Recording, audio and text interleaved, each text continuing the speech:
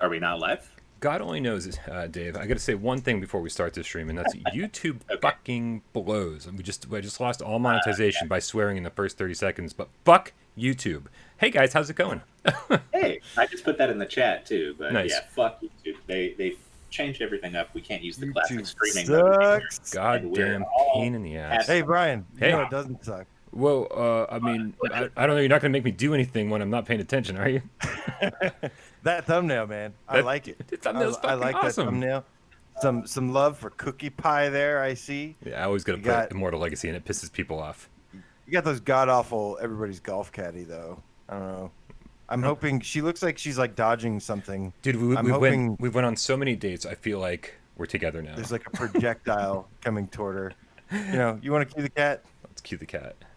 Cue the cat. Make it so. There's the Because I cat. want to say what's up to Stay Warm 420. The game cat says, where my cats at? We all here, yo. Robert Sullivan, Darth Vader, Spartan.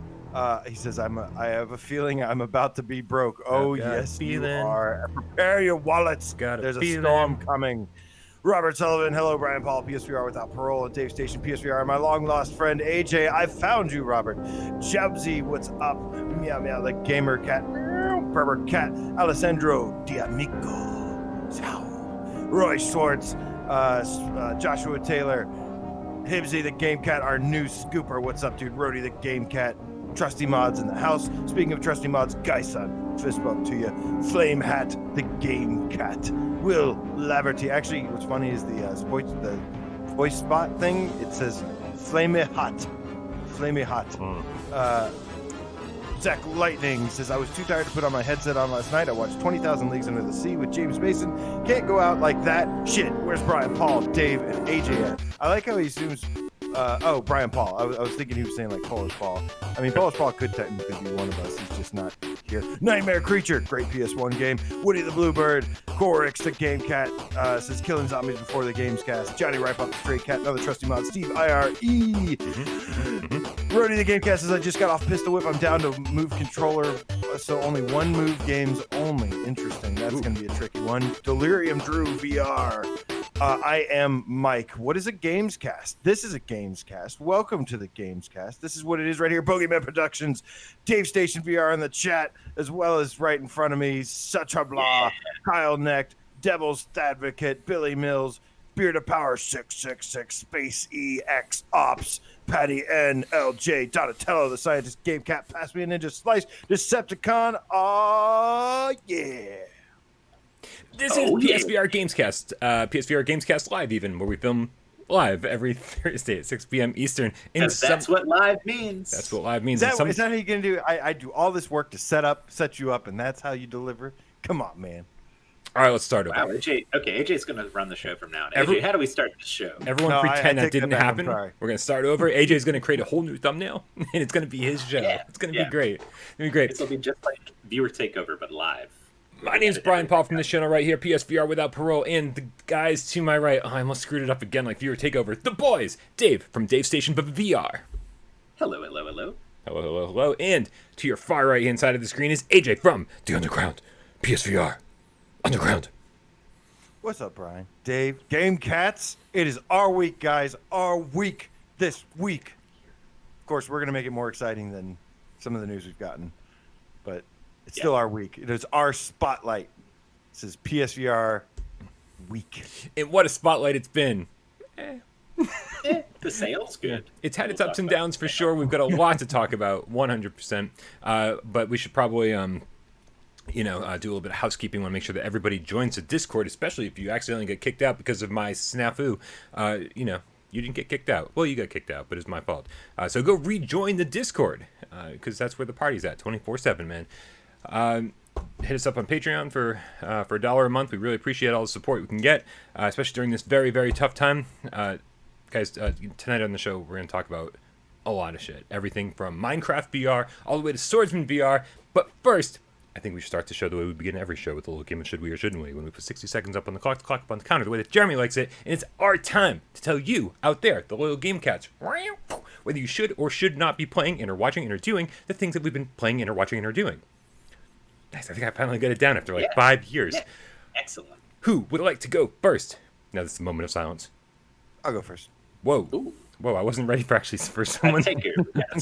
Wasn't ready for someone to volunteer. I thought I was gonna have Wasn't to gonna have a let you second. get away with that shit. On your mark, get Dez. Go. All right. So between Saturday Night Live stream and the sale stream that I did recently, I've played about 75 different games in the span of 5 hours or something. But recently did a top 5 rhythm games list, and there were some great games on there. There's one game I kind of excluded that wasn't even on the list, and I felt kind of bad. But that game was Dance Collider, which actually just kind of recently came out. Is a rhythm game similar to like Synth Riders, where you're kind of like catching these little orbs and stuff, and then like tracing and doing things. And I gotta say, man, my problem with this game, I like the music, I like the style of it, I like a lot of things about it, but the fact that when you are hitting these orbs is not in sync with the music drives me crazy.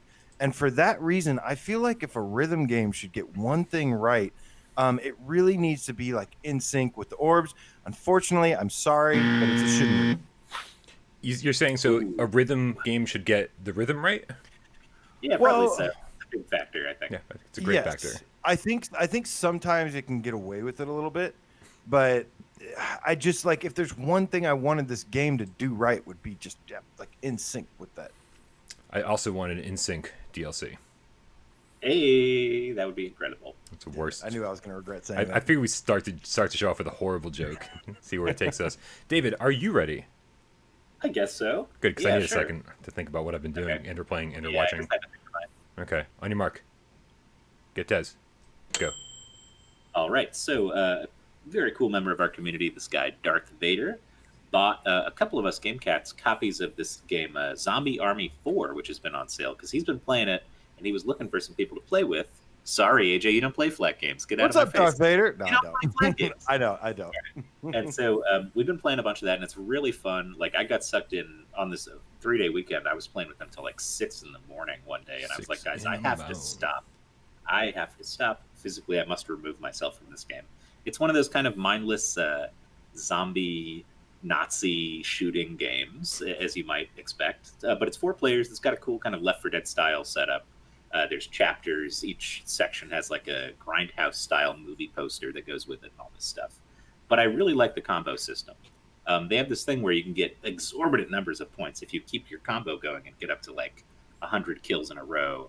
And then you can get extra points for like shooting a guy in the testicles, blowing his head off, whatever. Anyways, it's a fun way to shoot the shit with some friends and just kill some time. And, it's kind of mindless, but it's pretty satisfying anyways. And I would say it's on sale now, still I think for $25, and I'd recommend it if you've got friends who like that style of game. So nice. Well, I think before we move forward, we should give a shout out to the dude in the chat, Joe Grover, the effing Game Cat, with the $20 donation, saying, "Whoa, look who came!" Saying, been missing Saturday Night live streams. I love it so much. Did you ride any Dargans? AJ rides Dargans. AJ rides Dargans. Dargans. Yeah, that was a Dargans joke or from Dargans? Like I love that joke though. Dargans. Thank you so much, Joe Grover, for the donation. Joe, You're awesome. Thank you for the donation. First of all, I love you, man. Secondly, you'll be happy to know that Saturday night live streams have been moved to every Saturday now. I was going to do a rotation, and people just like them so much that I am going to be doing them every Saturday instead of every other Saturday. So yeah, look forward to that, where you can tell me to play a bunch of great games like you always mostly do, or some awful games like Right Pop likes to do. That's it's so much more fun to watch you suffer. Yeah, it's awful.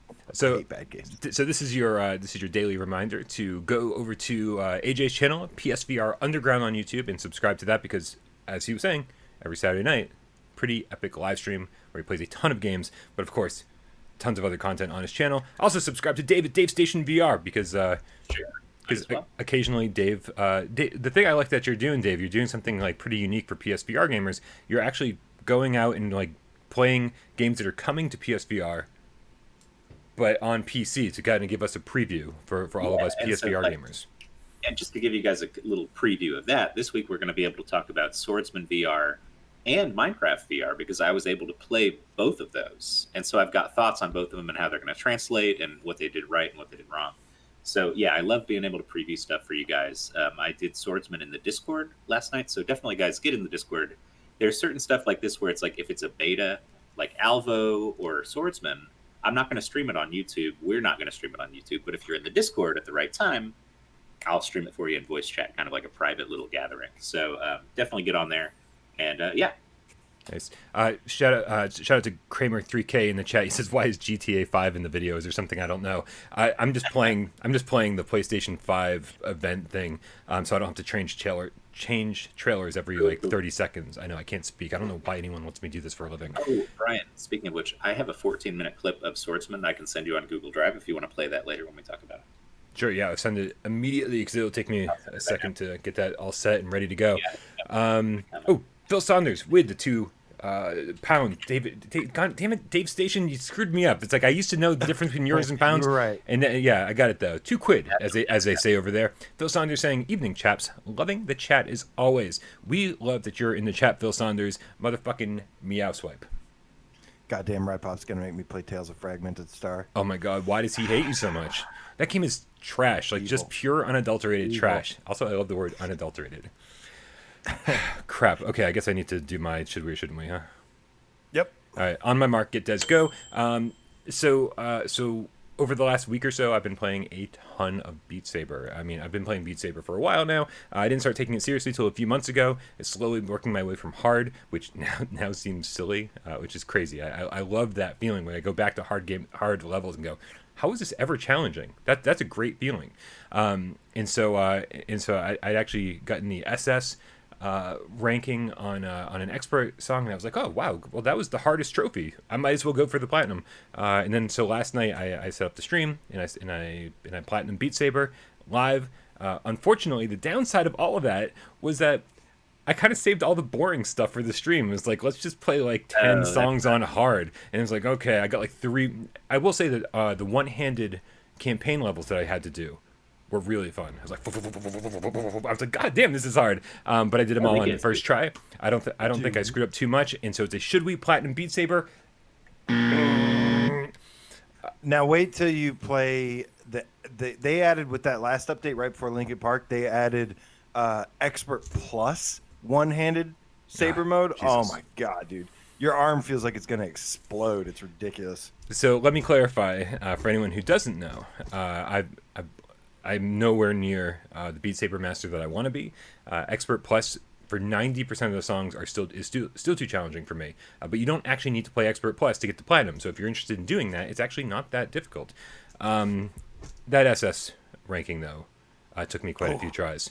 Yeah, but now you know how to get higher points, right? Yeah, it taught you something there. It did teach me something. I used to be really all about just like, I just want to get through the song. I want to complete the song. That was my only goal for like months. I'm like, when I'm playing a song on Expert, I'm like, I just want to finish it without dying, without losing. And now I definitely see a difference in the way that I play. Much quicker full swings. Even when I'm just doing, just random songs like that I've done 100 times. So it's fun. It's a lot of fun. Beat Saber's a definite should we. Crazy not on sale, right? Has this game never been on sale yet? It never goes on sale. And I don't think it has to. It doesn't have to because it's so damn good. They know that. Yeah, they know that. Yeah, it's on the top of the sales list like every month. And in their defense, I mean, they've added a bunch of free stuff to it. Right. So, I mean, it's become more of a $30 game than it was when it launched because it's got 360 mode, 180 mode, 90-degree mode, whatever the fuck they call it. 90-degree mode. Yeah, they call it different stuff on different platforms, but it's the same concept, essentially. And all those new songs, the Camellia stuff is crazy hard. Like, I don't know. They've added a lot of free stuff. So, totally worth full price. Absolutely, 100%. I love that they keep bringing us reasons to pay full price for it. Really loving the Linkin Park DLC. I suck at it. Like, I mean, I can only beat about half of them on Expert right now. On Expert, not even Expert Plus. It's well done. It's very well done. It's perfectly done. It's a nice blend of challenge and mapping and like fun mapping. It's not too easy, which is like my nightmare in Beat Saber. I'd rather it be. I mean, it sucks when it's too difficult too. Like Camellia songs are like fucking ridiculous. Yeah. Some of those Expert Plus Camellia. I can't. I mean, even Expert. I'm just like, forget about it. I don't think I'm. It's gonna be a long time before I can handle that. Shout out to Professor Lilith in the chat with the $3 donation saying, really testing my ability to read sentences. Which not firewall multiplayer is a sale must? Wow, really? So what? Interesting. So what non? What's a good multiplayer game that is a firewall? Oh, I thought. Looking, okay. Yeah. Yeah, no, it took me a minute to wrap my brain around it. Well, quickly looking through it, I see Sprint Vector or Spark. Yeah, Spark. I would say Sprint Vector over Spark. I like it better. But. I do too. Okay, But Spark, luckily, you just have to grab one other person and be like, "Hey, you want to play? Yeah, okay, cool." And then it's true.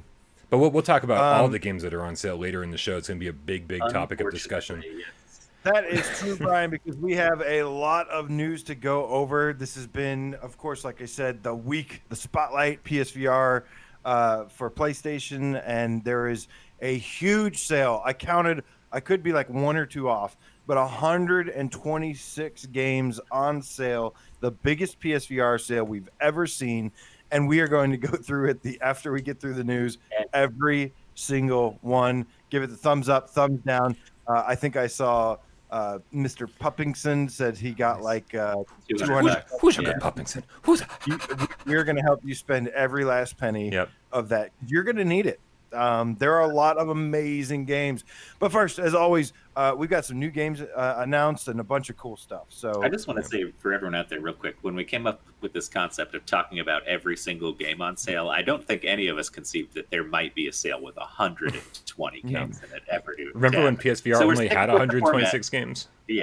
We're sticking with the format, even though it's ill-advised. We're just going to do it anyways. Yeah. So, We by the way, it's 126 like games, but that doesn't include the DLC or deluxe editions. So there's actually more than 126 on sale. As we go through the show, I kind of like what Billy Mills is doing here in the chat. He says, "What should I choose, Superhot or Skyrim?" We're not going to be able to do that during our discussion and be like, well, you should get this over this or this over this. Not very much. So if you guys want to throw those questions out, if you're deciding if you can only get one and you want to throw those out throughout the show, in my book, Skyrim, man, you're just going to get way more for your money. Skyrim or Superhot. Tough. Yeah. I would say also that maybe just so, because we know it's going to be a really long show, let's try and answer those in chat if we can and keep the discussion going. Like if I'm not talking but I have an answer, I can just give them the answer in chat and then we can keep the discussion moving along so we don't sidetrack every 2 minutes. Yeah, the problem is I have to look up the prices too. So, if you can't, I can't just see Superhot versus Skyrim because they're drastically different games. But if you the answer's going to be both. All the time it's going to be both. There's so many good games on sale. I mean, I got to say both. Yeah, they're both top 10 games. And then you play Skyrim with the shield and the sword combo and the moves, and you shield bash the hell out of everything. Enjoy. No. You play as a fire mage, and you spit fire out of your hands at people, and that's way more satisfying. Brian knows what I'm talking about. That's what I do, man. I don't even follow the story. I just run around and kill little bunnies and deer and shit with fire and lightning. Get yourself put in prison, roasting people's chickens for no reason. Hell yeah, man. Flame broiled. I don't even know if Skyrim's on sale. Sure, it's on sale. I'm pretty sure. If it's not, it was recently. Yeah, I don't even see it on this list. So okay, unless so the list is wrong. King's Kirky says doesn't like Skyrim due to graphics. And I was gonna say, man, I don't know if you played on the Pro or since the patch, but it looks beautiful game. Looks quite good. Yeah. All right, as good as a PS3 game can look. All right, yeah, I guess we'll give you that. Yeah. All right, should we dive into? Let's get into this news. Let's get into it. Okay, so starting off, we're gonna just run by this real quick. Obviously, nothing big. They've been very quiet on the PS5 front. However, something significant did happen, and just want to mention that there was a leak for Xbox's price. It was the Xbox Series S for $299, and then the Xbox Series X, whatever the hell the naming convention is, for $499. So the main Xbox next generation console is going to be $500. Now the ball is in Sony's court. So I got to ask real quick. We're not going to discuss this, but do you guys think Sony is going to announce like maybe as soon as next week now? Or you think they're going to still wait? Well, the time frame is quickly fading because if they're going to sell this thing in 2 months, we need to know when we can order it, how much it costs, all that stuff. People need to budget. People need to pre-order, all that stuff. So it's got to be in the next week or two, I think. I was watching Kind of Funny GamesCast, or I think it was PS I Love You the other day, and they were talking about that. And really, if Greg Miller is convinced that they're going to drop the news within the next week, I'm fairly convinced that they are too. Yeah. So I think we should see it pretty soon. Yeah, shout out to all the And best friends and Kind of Funny out there. Love those guys. It'll probably be 500. That's my guess. 500. 400 for discless, 500 for. We have a pizza bet on it. We do. Yeah. So wait, 500 and 400 or 500 and 450? What are you thinking on this? 500 and 400. If it's only a $50 price difference, there's no value proposition to get the discless one. $50 isn't enough of a savings. I think it's got to be $100 different for it to make 400, 500. Yeah. I mean, with these Xbox ones, it's not strictly the difference between discless and not, because one of them only outputs up to 1080p. The cheaper one doesn't go 4K. So that's like another trade-off that they have that I don't think the PS5 is going to have. So I would assume the cheaper PS5 is still more expensive than the cheap Xbox, if that makes sense. I've seen people say that Sony has to beat Microsoft in the price. Price? Because No way. because the word is out there that Sony's got the less powerful machine. I mean, it's so slightly less powerful. It's faster but less power. So it's like whatever, dude. This is ridiculous.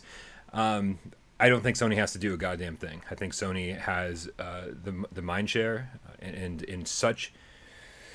I mean, they've got such good word of mouth surrounding them. Word mind share, by the way, very good. Thanks. Appreciate that. Dave, voice of God, wherever you are, somewhere out in the ether. Yeah, so that 400 and 500 sounds right to me as well. And I think that they don't have to compete with Xbox. I think they've already won this generation. It's ridiculous. And I think it's a fair price. I think 500 sounds great, and 400 is a great deal for people who want to save a few bucks. So I think when people invest in a new console, they want a next-gen experience. And, I don't want a PS5 to experience PS4.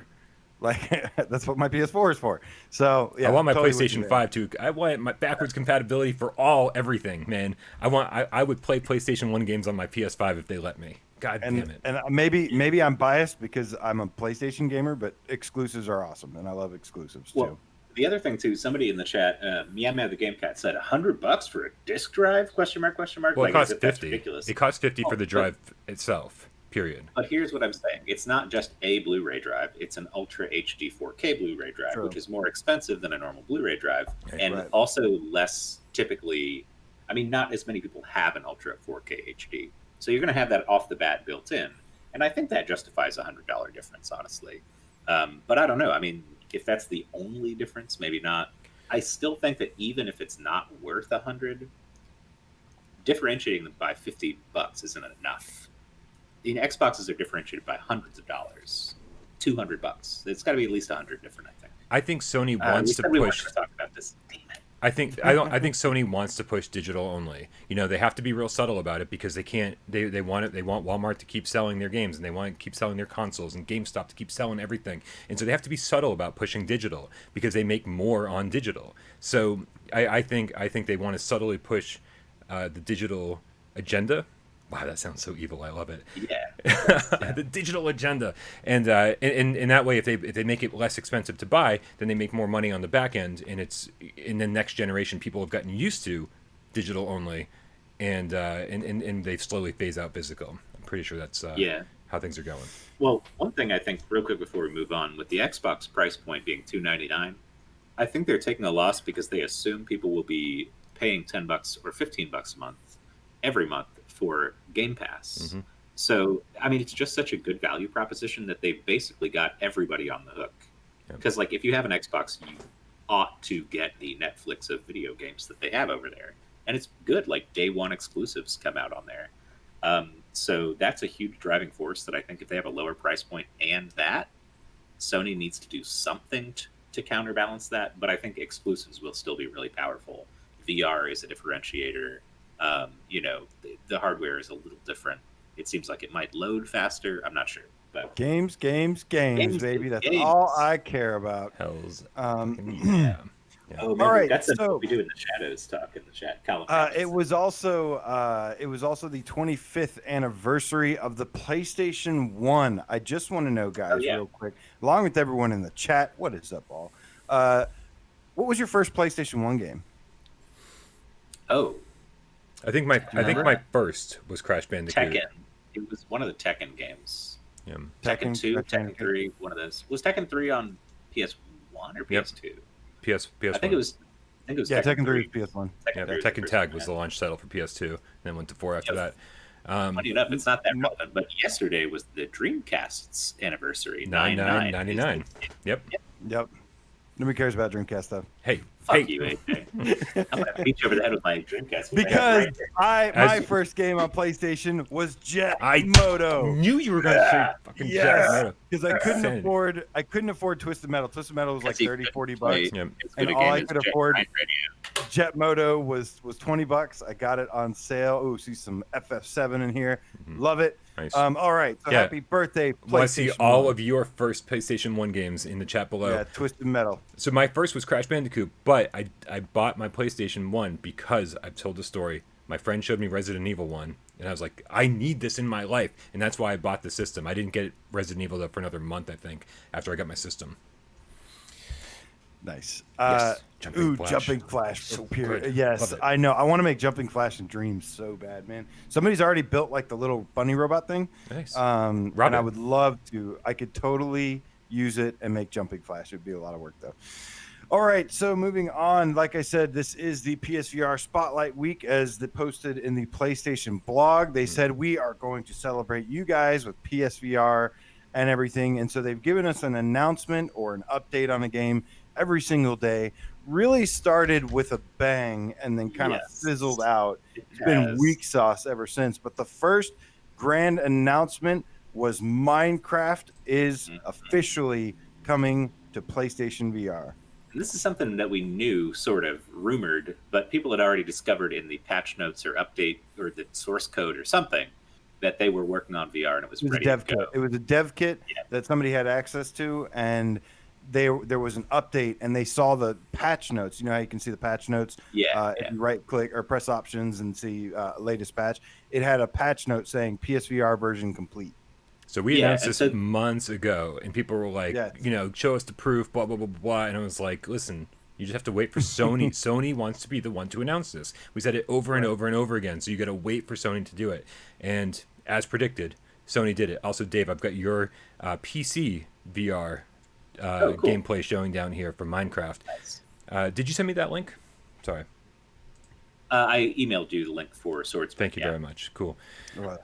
So I mean, this is pretty exciting news. We're getting Minecraft VR. Yeah. It's free patch for Minecraft for everyone who owns it on PlayStation 4. Free PlayStation 4 patch, and everyone will have access to the PSVR version.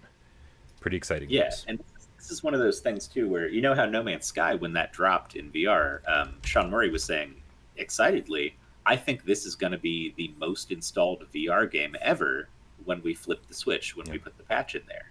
And obviously, Minecraft has sold way more many copies than No Man's Sky.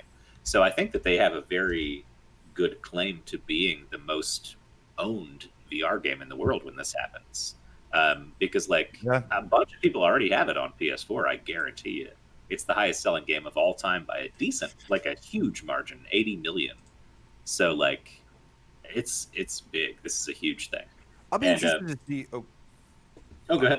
I'll be interested to see if, because I feel like there was a huge wave of VR players for No Man's Sky when it first came out, and I feel like that kind of went, like, a lot of people, because of the blurriness, because of like different things, people kind of mostly went back to playing it flat screen.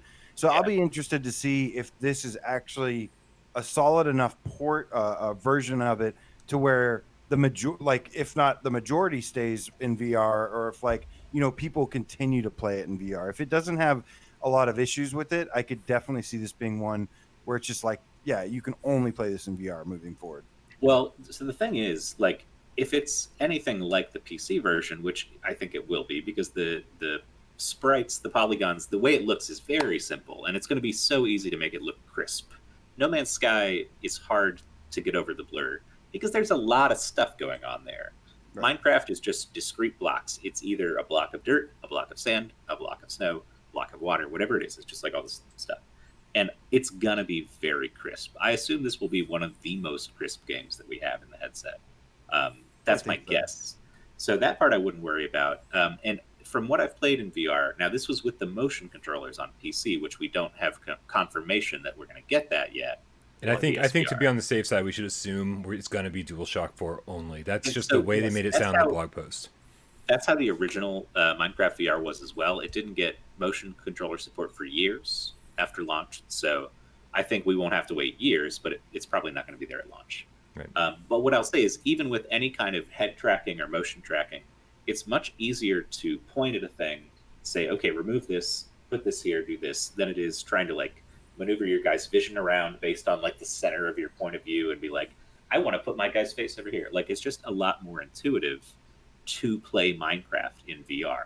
Kind of how in some ways No Man's Sky is more intuitive too, because like the menus are just so much easier to use. All the stuff just kind of works. You point, you grab, you pull, you throw it over there. That's kind of how it is in Minecraft too. So I think it will be good either way. Motion controllers eventually would be great, but I'm excited about it being 8-person multiplayer and it being full VR support as well. I noticed the game itself crossplay. The game itself is only $20, but then there's like all these like DLC packs and stuff. But there's also free updates as well. So I'm like I said, with October right around the corner, I'm really excited to. There's two things that excite me about this game. Number one, the survival mechanics of it. Yes, I really like the survival aspect of it. That seems really fun and addicting. It is. Number two is that Halloween update. I want to get on that so bad and have something for next month. Dude, we could get together and make like a GameCat haunted house. We could have like 8 people working on a fucking haunted house together. And actually, even though 8 people can only play together at a time, the server we could set up as a permanent server, and other people could go in there when we're not there and work on it too. It doesn't have to be only 8 people. I think we could open it up for everybody. Yeah, I don't think we've completely figured out the server situation when it comes to PS4, but it is something like that where you can like you and your friends can like one has to basically like host a server and then you can like mod it and stuff, and should be a lot of fun though, man. I'm really excited. There's like a mode called Sky Wars, which is like a battle mode where it's like you fight to the death. So there's lots of stuff. This game is at 10 years to refine itself, to expand upon itself, add a bunch of different stuff. And yeah, I think there's a reason it's as popular as it is. And yeah, I'm just excited to finally, jump in, be a part of it. The one thing I'll say too is I wasn't expecting this, but the survival mode at night feels like a horror game almost in VR, because like in flat screen, they're not as imposing, these creepy guys. But when you turn around and you hear like some behind you and you're like, what the fuck is that? And there's a guy directly in front of you and you're like, I have no weapons. I need to run. I'm going to die. And then there's a spider coming at you from over there. A skeleton with a bow and arrow is after your ass all of a sudden. Man. And you're just like running for your fucking life trying to find shelter. Brian's going to love that. That is music to Brian's ears. I'm not going to love it because I learned when my niece and nephew were teaching me how to play last month on their 360 or whatever. They taught me how to build a house right away. So you have a house and shelter before the night falls and bam, you're good to go. Right. Here's what I'll tell you about that. I looked up some guides before I went into it because I had forgotten like what the beginning of the game, what you're supposed to do day one. Mm-hmm. So I did all that, but I didn't kill any sheep to get wool. So I didn't have a bed, right? Yeah. So I created a base and then I waited overnight. I didn't want to get killed. I went back out and then I died somehow. I don't remember how I died, but then I couldn't find where I'd built my first base. So I was like, well, I'll look for it. Never found it. Yeah, getting lost in this world is way too easy. I've keeping an eye on the coordinates and stuff, and it's like, damn, I still get lost. Same thing happened the second time. I built another base. It was looking good. Went out, got killed, no bed, couldn't find my base. So now my first thing is just kill sheep to get wool, and then I can make a bed because that resets your spawn point. So if you die, you'll start in your base wherever you slept last. That's my big tip: build a bed, get in the bed, and then start playing the game. Shout out to Donatello, the Scientist Game Cat, with the $10 donation. There you go, Tree Guy. It says, we need a Game Cat's Minecraft world. I agree. Oh, yeah. Oh, absolutely. We will have one. I mean, that's not even a question. That is going to be a thing. We've already got one. Nick Mulo is kind of leading in No Man's Sky. So, yeah, it took some time to get going, but eventually it turned into something amazing. So I assume something similar will happen with it. Just make sure you join our Discord. Yeah. We'll probably end up having like a Minecraft section where we can just talk nothing but Minecraft. We also got Hugh Guyver with the 10 donation. Says, I thought that was for $20 and up. 10. No, 10 and up. It was 10 and up. Well, that's like every donation.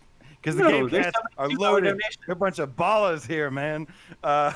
He says bag of money for pizza slice. Yes. PSVR WP equals #1 solid sign, gold sign. Oh, okay, necklace. gold medal. I was wondering what that was. Gold I was like, medal. is it a peace sign? Why Is it couldn't a... I say gold medal? I thought it was a What is bunny wrong with my rabbit. It was like brain? ears. I had no idea what that was. Thank you for clarifying.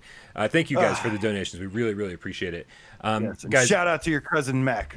right, absolutely. Well, so real quick, somebody in the chat said No Man's Sky is Minecraft for grown-ups. That's not true. Minecraft is Minecraft for grown-ups. It's not a thing like that. Adults play with Legos, man. Get over it. It's Wow. No Man's Dave's Sky getting is not hostile. It's too early to be hostile. All I'm saying is that No Man's Sky is not like specifically more adult, other than having sci-fi themes and not looking as cutesy or simplistic. Like the mechanics and the level of depth in Minecraft are just as strong, I think, as No Man's Sky. But that's just me.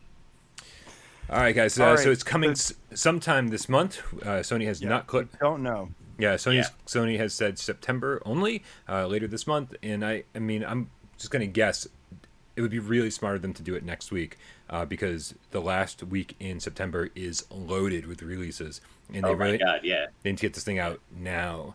Next week sounds perfect. October 2nd too is the end of September and the beginning of October is just a big traffic jam of games. Absolutely. Shout out to Nihilist Ryan, the Game Feline, with the $5 donation, saying just stopping by to say hey, and here's a $5. Thank you very much. Hey, thanks for the $5. We're just south of Portland, Oregon, and currently evacuating to escape the wildfire. Love you all, dude. We love you as well. I hope you're safe and sound.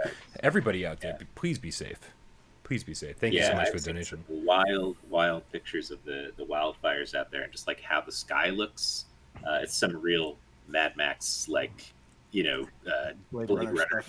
Runner type shit. Yeah. We also got the VR grid with the Canadian $5 donation. Sup, Jen? Just saying hello. Shout out to Ryan over at the VR grid. I'm going to mention you in just a little bit, Ryan. Don't you worry. We're going to talk about Ryan twice in the same episode? I was planning on mentioning you here pretty soon.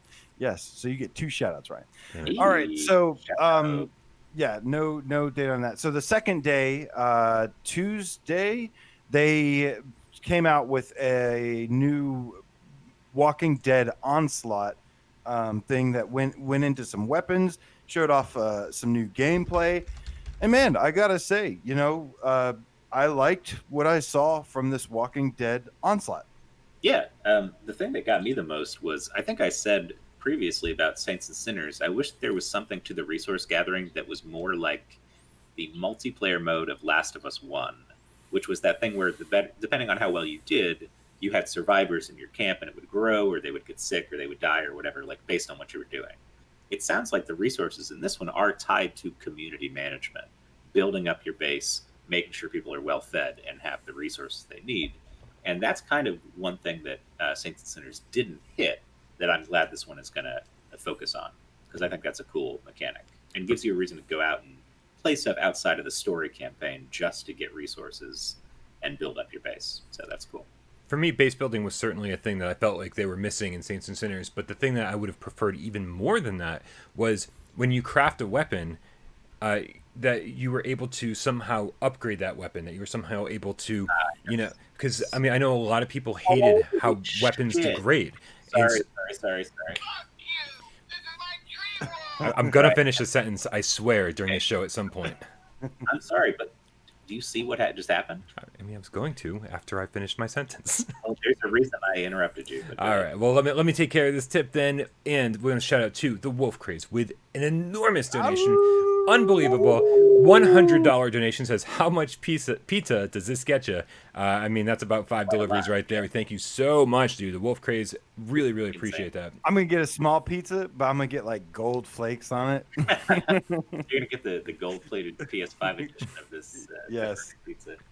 Really appreciate it. Generosity is insane tonight. We appreciate all of you 100%. Thank you so much, thanks for keeping this channel alive, man. Pizza's great, but paying the bills is even better. Thank you very, very much. Weapon degradation. That's something that people complain about quite a bit. Some people don't like the stamina bar, but even more people seem like they don't like how weapons just fall apart after a few uses. And the thing that they were doing in Saints and Sinners was, if you find something on the ground, it falls apart pretty quickly. But if you craft something, it's much stronger. but then that's it. There's the two options, right? And I just always wish there was more than that. And I love how they're talking about in this video that's playing below. You can find it on the channel or over on Servios' channel.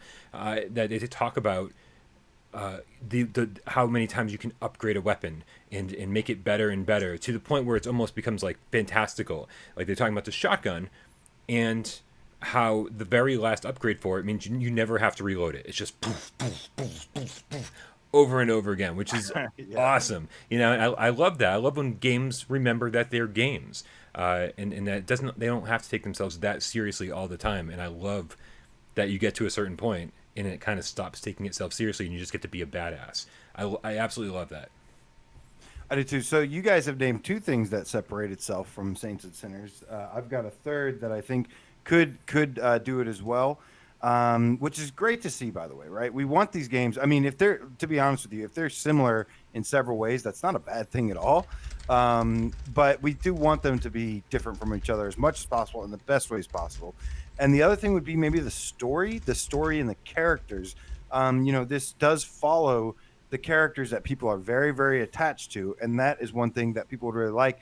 Also, if you notice in the gameplay that they showed, like there's a moment where it's like saying, get to the van or something. So there is like a nice, like, it looks like some set pieces that kind of like help with convey the storytelling where it's like escape this and get to the van or something like that. And, I don't know what happens after that. But if there is some kind of storytelling through gameplay, stuff like that, create some like epic tense moments, that could be cool as well. So that's three things that are looking pretty good, pretty promising. Absolutely. And finally, by the way, the pre-orders are now live. Yes. For Onslaught, so you can pre-order the game now. They will have a physical edition as well as a digital edition for all you physical edition collectors out there. So look forward to that. Now, one final note, and it's funny that I have to say this because for people like us that pay really close attention to PSVR and a lot of the game cats, you guys know already, but some people don't know that this is a different game than Saints and Sinners. Some people thought it was DLC. Some people were thinking it's made by the same team. It's actually made by Servios, who makes a completely different line of games. Who made Raw Data, who made Sprint Vector, who made Battle Wake, who made Electronauts. So this is a completely different team. A lot of people were like, why isn't this just DLC? And I was like, because it's a totally different game by a totally different studio. So very, very exciting to see a different studio's take on this world. I'm very excited. For sure. All right, so the third day, we had a new game announced called Twilight Path. And, yeah, I got a little bit to say on this game. I want to hear what you guys have to say first, though. You sounded disappointed, just by saying the name of it. I will tell you, I will explain myself in a minute. Dave, what are your thoughts on Twilight Path while I try to get a proper trailer working here? Well, my thoughts are I'd like to check it out on PC if I can get a chance, because I know it's already out there and it's got very positive reviews on Steam, but it's 2 years old. So, sometimes games that are that old come over and like they were great at the time, and then now some of the mechanics are a little dated, and you're like, I don't know, this kind of maybe should have stayed in 2018. But this is from the same people who brought us Form. I don't know if you guys played Form. Out there in the chat, but I know you guys did. Form didn't really blow me away. It was pretty simplistic. The puzzles were not very... it wasn't that puzzly of a puzzle game. It's pretty straightforward.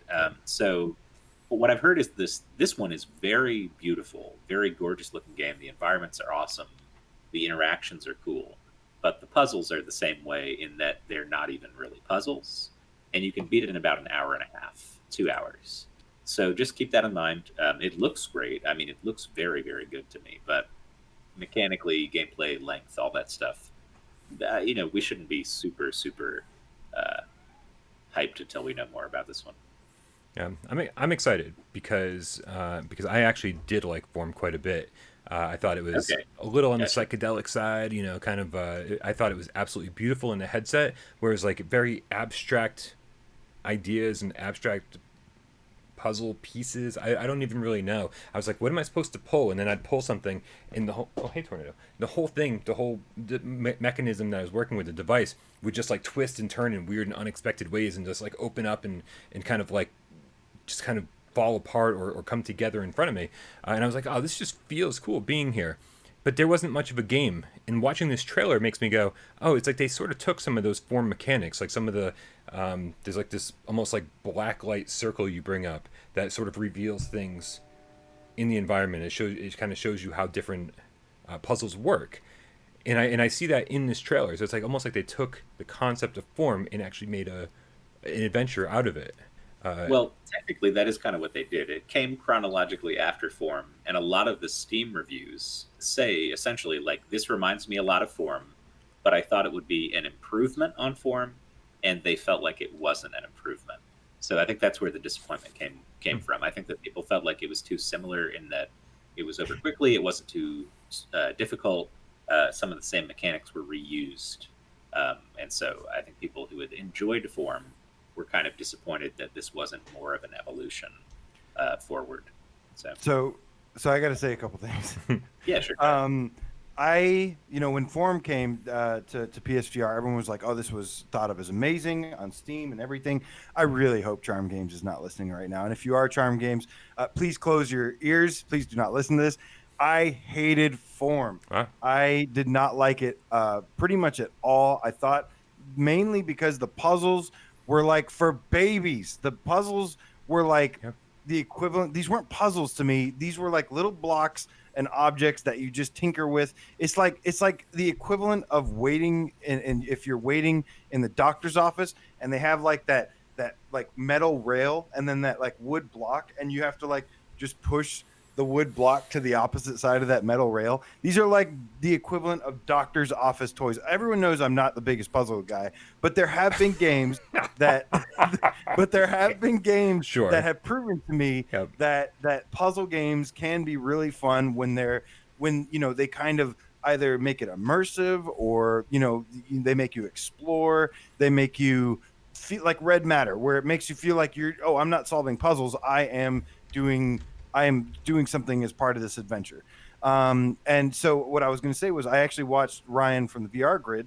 I watched his review on Twilight Path, and it said the thing that I did not want to hear, which is, well, the puzzles are easy in this one as well. That to me is like no go. I am going to hate this game with a passion. I'm probably not going to like it. The presentation, I will say, does look better, like graphically. The presentation, the world, everything looks cooler than Form, but overall, this is not this just looks. I'm not like this game is gonna have to prove it to me. Right now, I am saying hell no to this game. I am not excited about it. Hour and a half long, great. So even if you enjoy it, it's over in an hour and a half, which is going to be like $15-$20. No, there's nothing good about this game that I like what I'm seeing. Nothing. Wow. All right. Yeah, maybe the graphics, maybe the presentation. I like the way Form looked. Hopefully, I mean, I'm not disagreeing with you. I'm not as negatively forecasting this. I think it'll be fine. I think people sometimes like a short adventure that looks great and isn't that challenging. And this does look more visually stimulating than Form, like you said. It's prettier. It's more interesting. But I hope I get to play it on PC and show it off for you guys beforehand, so we have an actual idea, like what we're getting. You know what I mean? Other than reading reviews, like what is it like? Yeah. So, when I think when Form was coming to us, I was like, oh man, it's like I don't like the idea of abstract areas and abstract puzzles. I like to be in actual places with actual things, that are recognizable. I don't just be like pull levers and this and whatever and things happen. And I ended up kind of liking that in Form more than I thought I would. So what's actually really appealing to me is that when I read the description of this game, they're talking about inspiration from Spirited Away, Princess Mononoke, The Dark Crystal, Neverending Story, which is like my personal favorite. I didn't see any of that. Did you see any? I didn't see a drop of Princess Mononoke in this fucking thing. But I mean, in the trailer, no, I haven't. But I'm honestly like, I'm looking forward to kind of that fantasy setting, like when I first play it, and like if I get dropped into a world that's even remotely similar to any of those things with and they showed the like, is it like a little companion, a little sprite? It's like this adorable little character that hangs out with you. So is it a flame? Is that what it is? I was like, oh man, that totally brings to mind like a Studio Ghibli movie, and so those are the things I'm excited for. I'm excited to kind of play Form in a new setting that's sort of geared toward, 8-year-old Brian, because 8-year-old Well, Brian doesn't get a lot of love these days. I hope you really enjoy your hour and a half with it. Me too. Me too. I've I've stopped complaining about game length a long time ago because we get so many games. When we used to get one game a month and it was an hour or 2 hour experience, it used to be like, damn, this really sucks, man. The one thing we got this month blows, or it's too short and it's over, and it's like, well, that was it. But now it's like we're getting lots and lots of games and a lot of good variety, and so sometimes, in the middle of Minecraft, which you can spend the rest of your life in, and upcoming Onslaught, which I'm sure is going to have a decent length, and Budget Cuts, which is going to be like 5 hours long, depending if you saw the interview. I think this is going to be kind of a nice break in all that, where you go, hey man, this is a cool little fantasy world with like pretty easy puzzles, and it's an hour and a half, 2 hours long. I'm like, you know what, that sounds like a nice break in the action. I'm excited for it. We have 2 donations to get to real quick before we get on to the next topic. Right. First one was from Romero with the 2 donations. Says donation looks pale in comparison. Nice one, boys. Thank you, Romero. No donation is pale in comparison to anything, man. We appreciate everything you guys do to support us is amazing, and we love you for it. We also got Brian. Oh, I got it. Scrolling all the way down to original Uber bitch, the bearded game cat. Saying with a €5 donation. See, I got it real quick that time. Finally watching you guys live again. Missed you big time. Heart cat. Heart cat you too. We heart cat you big time. Oh, I was muted, but I was giving him a $5 Macarena. I was giving the Macarena for the $5. But I give him how to do it. New nickname is OG Ubi.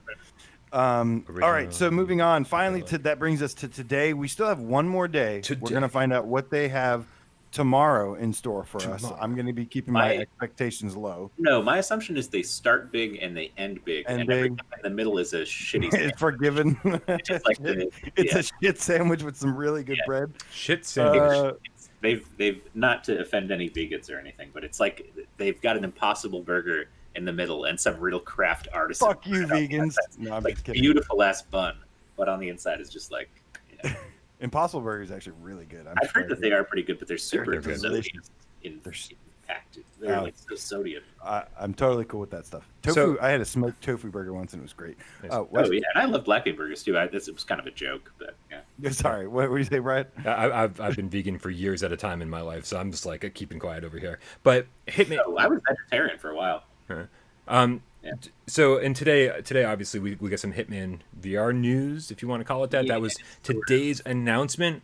I will tell you that as far as I'm concerned, the only thing that I found interesting while reading through the blog post about this was basically these sort of new, almost like animated GIFs they shared with us, like these super short videos with like poor frame rates that were showing environments that I hadn't seen before, or interactions that I hadn't seen before, like the security guard in the aquarium. Yeah. I liked the way that he was able to like break that glass and then pick up the bat and then swing it at the guy. There's a lot of cool moments like that they showed off. Yeah. And unfortunately, that's the cool stuff. I read this big wall of text, but it didn't really deliver anything that we didn't already see in the interview that I did on their channels. What do you got? They have literally done like 5 Hitman VR posts in the last 2 or 3 weeks. And this is like another one. This is not exciting. I mean, like, I'm excited for the game. So here's what I want to say. We are certain consumers of media and articles, and our community is too. But if you think about the general PlayStation ownership, the general PSVR user base, these guys didn't sit down and watch the 30-minute interview with IO Interactive. They haven't been keeping up with every little snippet. So for us, this is old news. But by putting these 5 things on the PlayStation blog, everybody else who isn't keeping up day to day on like what's new with Hitman, what's this interview, did they talk about VR, like it gives them a kind of digest of like what the cool shit is. So like things we were already excited about are in here, but we were previously excited about them, so it's not exciting to hear it again. Yeah. But I think as a blog post, like it's not bad. It shows off some cool stuff about the game that if you aren't us, you might not have known already. So I think in general, it's not like they fucked up or anything by releasing that. But no, it's just the I know you're opposite of disappointed. exciting. I know you're disappointed, but like so it might not exciting. Sony's just bad at the hype game, man. They've proven it over and over. They're bad at the hype game. Like they're not good at this. Well, they're great, but the PS5 reveal was like one of the greatest reveals I've ever seen. And then, they used to do surely not talking E3. about the Marcus Cerny one. They did these E3 press conferences. Oh God. But then That was they're terrible, very, let's just right? say they're very spotty because they're not all bad. When they're on, they're like the most amazing thing you've ever seen. But then they do stuff like this where it's just like, I mean, I don't know. I trust me, I get what you mean, Dave, and I'm not disagreeing with that. But for me, yeah, it's just like, bleh. Yeah. But they should have ended with Minecraft. Minecraft should have been Friday's news. They should have started off with the least interesting one, been like, oh, here's some extra news on Hitman that's barely news, and put us in the right mindset and be like, oh, this might be a pretty weak week, and then slowly ramp up, and then finally on the last day be like, holy shit, Minecraft, that's awesome. I think it's better to come out swinging, couch a few not that exciting ones in the middle, and then finish with a bang. And I think that's what they're going to do. I expect tomorrow to be something we don't know already. Pizza bet. And if it's a new game, it better be something more exciting. Pizza bet. Pizza bet. Okay, pizza bet. Yeah. Bet between you two. Yeah. So, the problem is I think they're also going to end on a bang. So I'll be the judge. No. Okay. There's no bet here because I agree with you. Pizza at the end of it. Yeah. They better, man. They better make something exciting tomorrow. Because the last couple of days have been weak. Yeah, I mean, they actually liked sale all the and Minecraft. The sale is huge, though. The sale is fucking insane. The sale is insane. Bonkers. Yeah. We'll get to that at the end, and it's going to take us so long to get through it. AJ counted 120 things on sale.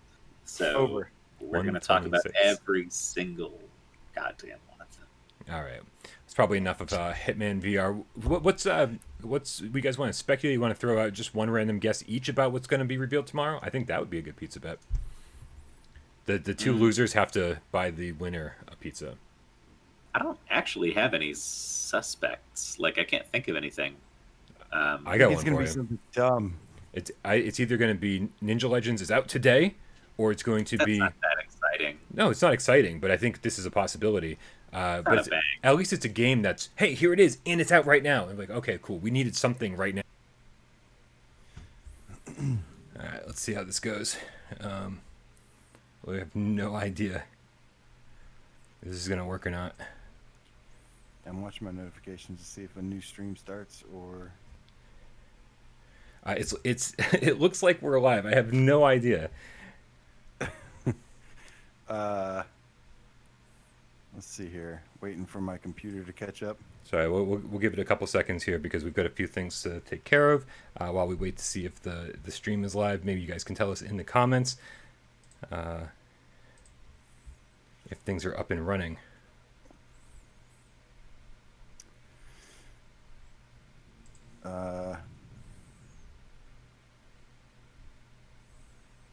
Let's see here.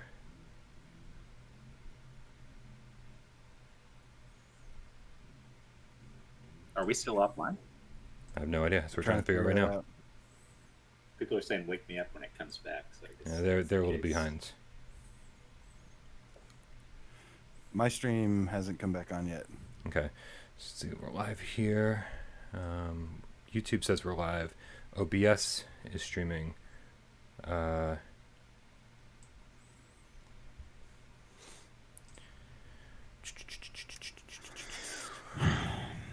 Fucking disaster.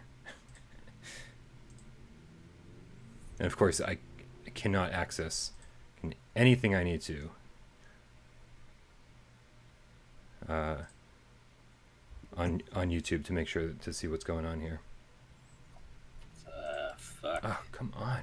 It's a cursed stream tonight. It really is. I have wait, hold on. I'm hearing shit. I'm hearing stuff. Are we back? I think we're back. I hear the old stuff. We're back. We're back. We're back. Sure Hell yeah, let's do this. Are we actually back? Nothing happened. Oh my god. So Brian, you want to tell people what happened? Of course I want to tell people what happened. So Tornado was playing by my feet the entire time. I had no idea what she was doing. She was kind of like, pawing around and stuff. And then my whole room went dark. Everything, all the lights, everything, computer, everything shut down immediately. And she basically turned off my power strip. She's back there and boom, just boom with one swipe of the paw. Never even considered it was an issue. I actually had to, and then of course, that's the only place she wants to play now. So I actually had to close the door and keep her out of here, which it sucks. I hate that because I love when she hangs out with me while we do this. I love when she climbs up on the chair and I get to hang out with her. But nope, I'm unfortunately had to keep her in the other room because it will happen again if I let her back in. So awesome, man. I see everybody coming back in. Thank you guys so much for sticking around. Thank you for jumping back in. We apologize for that. Cats will be cats and do cat things. All right, so Craziness. let's move on to the good news, guys. We've got, the PlayStation blog was underwhelming today. Are you insinuating that that everything up to this point was bad news? We got it out of the way. Well, the last couple days in terms of the PlayStation blog announcements were pretty weak, but today, guys, Dash World is alive and well because they released a brand new trailer. It was actually a teaser. Saying that they're going to have an actual new trailer soon. And they basically said, like, we've been hard at work. We've been adding all these things. We've got over 100 different combinations of this. We've got 50 combinations of that. So I've been really excited about this game. We need like the kart racer for PSVR. I really like touring karts, but this is like some Mario Kart looking stuff here. Yeah, I mean, touring karts doesn't hit the box all the way that it needs to. I feel like it's not the Mario Kart, it's not the Crash Team Racing, and people don't like kart games that aren't the best kart games. Like, shitty kart games never really do that well. So I'd love to see a branded one. I mean, it'd be great to say, like, hey, on PS5, Vicarious Visions is adding VR support to Crash Team Racing or something like that. That would be a dream come true. I would love that. I feel like the thing is, kart games, unless they're really good, without a license attached, they kind of flop, and people don't get too into it. So, have either of you guys played the beta for this? No, but you have. So I was curious. I have. I haven't played in a while. I do feel like there were probably a couple updates since the last time I played, especially watching the new trailer, which I'm not actually showing right now, but I promise I'll have it in just a little bit here. This new trailer is showing like guns and like some more solid weapons. I think one of the issues that Dash had was that they were trying to go really goofy, and so some of those things worked, like the chicken gun. But you're talking about touring karts, not Dash. I'm talking about Dash Racing. The chicken gun was touring karts, though, right? There was a massive chicken you could unleash in Dash. I mean, in touring karts, yeah. But you said Dash, but you were talking about touring karts. Nope, still talking about Dash. I promise you, there's a chicken gun, and so in both games. Gotcha. Yeah, and there's actually a little bit of crossover when it comes to some of the things. I forget what it was in touring karts, but in Dash there's a frying pan, and every time you swipe with it, it gets bigger and bigger, and you're able to like hit your enemies as they come by. And I was like, that's cool, but it's kind of unwieldy, and it's these are the kind of weapons I'm like, can you just imitate Mario Kart weapons a little bit better, because that's what works, and that's been refined over like 2 decades. So I'm hoping that they keep the wackiness but bring in some of the more traditional stuff. I like the courses. I like that the last course I tried over there was they went kind of crazy with it. They were sort of worried about motion sickness before, but then they were like, let's just add loops and crazy and corkscrews and and I'm like, yes, this is what we want.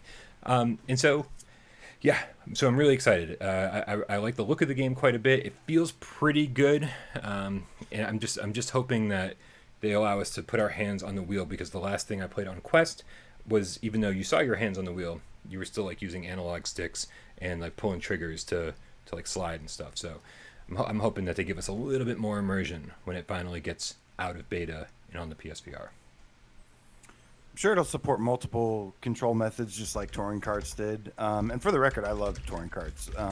Even though, but you're right though. When it comes to like mass appeal, what everybody wants is that Mario Kart style clone, or Crash Bandicoot or Sonic Racing Transformed, thing, and they want the crazy zaniness, and everything. And I totally agree. It's just more fun. It's something that has appeal to everybody of all ages. 100%. Touring kart, I really like touring karts a lot. But man, that Formula One look, and the fact that all the tracks were like Formula One looking, I was like, I want that creativity that Mario Kart like kart racers bring. And this is, I mean, other than Crash and Sonic, this is about as close as we're getting. It sounds like. So, sorry, I don't know what's going on over here, but I'm not able to download the new trailer. So I apologize. Well, we'll have it. There's a We bunch have it of posted tips in the you should Discord. probably check out. Yeah, we do have 2 tips. Take it away, Dave. Okay, number 1 is originally Rich the Bearded Game Cat once again with the 5. I'm going to say pounds. Let's say that's pounds. It's euros. It's That's probably euros. right. Yeah, I figured it was euros. Yep. Yeah. To Tornado being a strong and independent cat who Yep. needs no man. Hashtag free I see tornado. lots of I mean, hashtag free that's tornadoes. that's adorable. She needs no man until she runs out of food, and then she's like, "Shit, man, Yeah. can you get me some food?" and also, my paw isn't strong enough to turn on the water, so could you also do that for me? Also, can you open the blind so I can look out the window? Also, can you snuggle with me? I was like, she trust me, free tornado. She needs a man. She's got one though. Also, Joe Grover with the free tornado. Also, the $10 donation. AJ, you want to take this one? Says hashtag free tornado. We love you, tornado. Duct tape that power button on that strip, Brian, and bring back the cat. I will. I promise that after the stream is over, I promise you that will happen. Yeah, we need to child-proof the room first, and then tornado can come back. And we got one more tip that comes snap. from Kate Panic, the artist, formerly known as GameCat, $4.99, says donation for cable management gear. Hashtag cat lives matter. I gotta get on that for sure. Cat lives matter. Oh my It's god! a little bit in poor taste to cats matter about cats turning, but it's fine. We'll let it go. It was well intentioned, and we love you for it. Yeah, I know. Yeah. Hell yeah, man. Well, like I said, super excited for this. The reason I included this is because I thought this game was dead. I'm not gonna lie. I thought this game was dead in the water. Yeah. They lost a bunch of team members that I knew that were over there. They were gone. They worked on other stuff. Didn't hear a squeak from them on this game, a peep out of them on this game. So I was just really, really relieved to see that this game is still in production. And yeah, because like I said, we need this. We need this bad. One more donation before we move on to the next one. Joe Grover, the effing Game Cat, once again with a $5 says Tornado is the leader of the Umbrella Corporation. Earn your shirt, Brian. Earn your shirt. Hashtag free tornado. Hashtag free Does tornado. that mean if you don't earn the shirt, do you have to take it off? I gotta hope not. I don't know. It's been a while since I've been to the gym. But yeah, no. Actually, to be as all cat owners know, I'm the hostage here.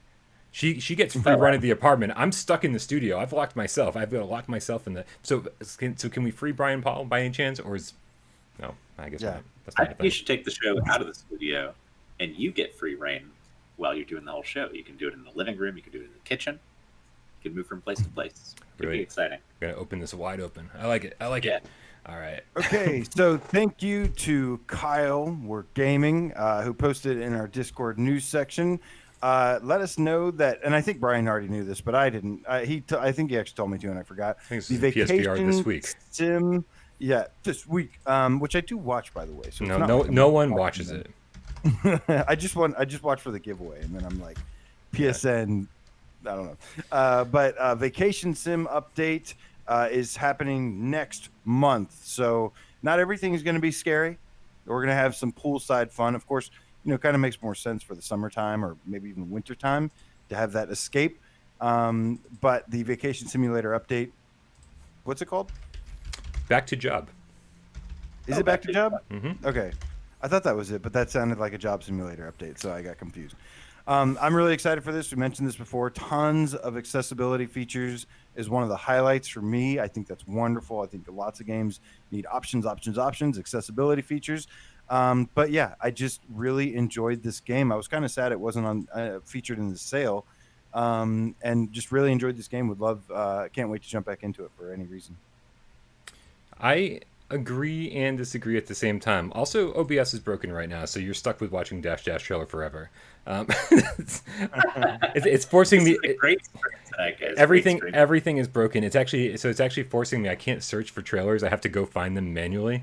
Cool. Yeah, it's a lot of fun for sure. But I found this one, so there you go. So the description of this is talking about making different types of food and finding different things for all your clients around the poolside cabana, the poolside. And I got to say, the last time I went into Vacation Sim, after having kind of beaten the game but not gotten all of the trophies or really done 100% of everything, I found myself getting really, really bored of the stuff that you don't have to do, like just constantly like making burgers or hot dogs or whatever the heck it is over at the beachside thing, and going to find all the different bots that are requesting certain foods and making things specific and trying to find the ingredients. And I was like, this is just so tedious and slow and boring. And it's everything that Vacation Simulator wasn't to me up until that point. I was actually really enjoying Vacation Sim. Once you've kind of done all the quests and all the missions, and then all you're left with is just like this laborious stuff, I feel like it goes downhill pretty quickly. And the description of Back to Job scares me because it sounds like a whole lot more of that. So we'll see. Luckily, it's free DLC, so there's no risk involved. But I've got my fingers crossed that they've got some interesting things in mind. Oh yeah. Yeah. Dave, did you like Vacation Sim? Yeah. Or no? Yeah. No, I liked it. I mean, I think Job Sim left a stronger impression on me overall. There was stuff that stuck with me that I still think of as like, oh, that was really funny. And it's usually a moment from Job Sim, not Vacation Sim. But they did add some really cool stuff. Like, I love the water mechanics in those certain areas, like with the waterfall and the river. Yeah, I remember you sitting. I had a flashback of you sitting in that waterfall, like, this is amazing. Like 5 minutes in, like put objects underneath it, and the water realistically splashes off the sides and splashes in your face. It's really cool. But it's okay. I love this game, man. It's a good game. I think it does what Job Sim did in a more kind of fractured way, because it spreads everything out over this kind of campaign-y thing that benefits the game in some ways because it makes it feel more like a campaign, I guess. But at the same time, I think it's not always the best version of the game compared to Job Sim. So, yeah, awesome. Well, I was gonna I don't want to make it sound like I hated Vacation Sim, because I didn't actually. Like, when you first get that slingshot and you find out there's targets, not just the location you get the slingshot in, but all over the Vacation Sim world. I was like, this is great. This like opens up all these possibilities. And so, like, kind of like what Dave was saying, it's kind of Job Simulator, but a little more freeform. And I was like, this is great. And I was hoping for more of that stuff. And I feel like what I ended up with was, who in the chat said it just feels like chores, and I was like, yeah, that's what it feels like. It is kind of, it does kind of feel like chores. Yeah. AJ, you're excited about this? Excited to get back into the game? I am very excited about it, and I'm also, like I said, I think I'm really, like, tons of respect out to Alchemy Labs for the huge accessibility update that they're going to be adding as well. Everything from, Roadie God was talking about how right now one of his move controllers is broken, so he only has one move. Well, they're doing actually like a one-handed mode for handicapped players that only maybe have like access to can play with one hand. So you can play like one-handed and stuff. So just love to see stuff like that, man. It's great. Excellent. You would think, just real quick, like, VR is for somebody that is disabled or has a handicap. VR is a great escape for them if they are limited in mobility and stuff. Having the ability to go, travel or do whatever it is, do all these amazing things with just simple, clicks of the button. I just think that's really, really cool and really important. That to me is like a huge, somebody that you do not want to exclude from virtual reality. So moving on to the chat, there's some things you don't need to tell us, guys. Okay, some fat game cat says, "I'm gonna go take a dump." See ya. First of all, you have a phone, right? You can watch it on the toilet. Second of all, nobody needed to know you're gonna go take a dump. We'll see you later, man. Have a good night. All right, so Elysia has opened their Kickstarter finally. It is an MMORPG. We're starting to see a couple of these. We've got another one to talk about later too. They have a $60,000 goal. They have already gotten 357 backers with 23 days left as well. And they are crushing it right now. They have $45,000 and $45,548. Sorry. So for anyone who's not aware, this is very much looks like an World of Warcraft in VR, and this is a game I'm very, very excited about. So, yeah, just keep going for them, but just letting you guys know that they also released a new trailer. Which is actually playing because I found it. Hey, Yay! cool. I was so hoping. Yeah. So check out that gameplay. Elysia looks cool. Do we know how many players you can have playing maximum at once? Because this trailer shows a bunch of people all hanging out. Like rec room numbers of people all hanging out in in a garden area. I was like, oh, that's cool. I don't know if there's a cap on these things. I mean, obviously there's a cap. I'm just curious what the cap might be. Yeah, I don't know. I mean, when you put an MMO in front of the RPG, then you kind of assume there's a bunch of people out there playing. The only real comparison I have is Orbis VR, which is on Quest and PC, and that did have a shitload of people running around in the town hub. Like, it felt like an MMO. So I think, if they're targeting PC and PS5, this could be feasible and doable with a bunch of people running around all over the place. Yeah. I don't see. The thing is, I was looking at Zenith, and that's I think they're calling themselves an MMO, but it's like 4 players going through and tackling quests and stuff. Yeah, that's more like a Phantasy Star Online version of what you would call a multiplayer. Right, but then it's not MMO, right? Because massively it implies that huge number. Massive multiplayer online. Well, right. So I think Phantasy Star occupies a weird in between, and maybe this does too. There could be like a hub world too, where everybody meets. Exactly. That's how Phantasy Star does it. You can be in the lobby with a bunch of other people, but when you go out on a mission, it's you and 3 others, right? So it's a genre I never really spent much time with, and I've always been curious, but there's never been one that really spoke to me. And of course, now in VR, everything sort of speaks to me.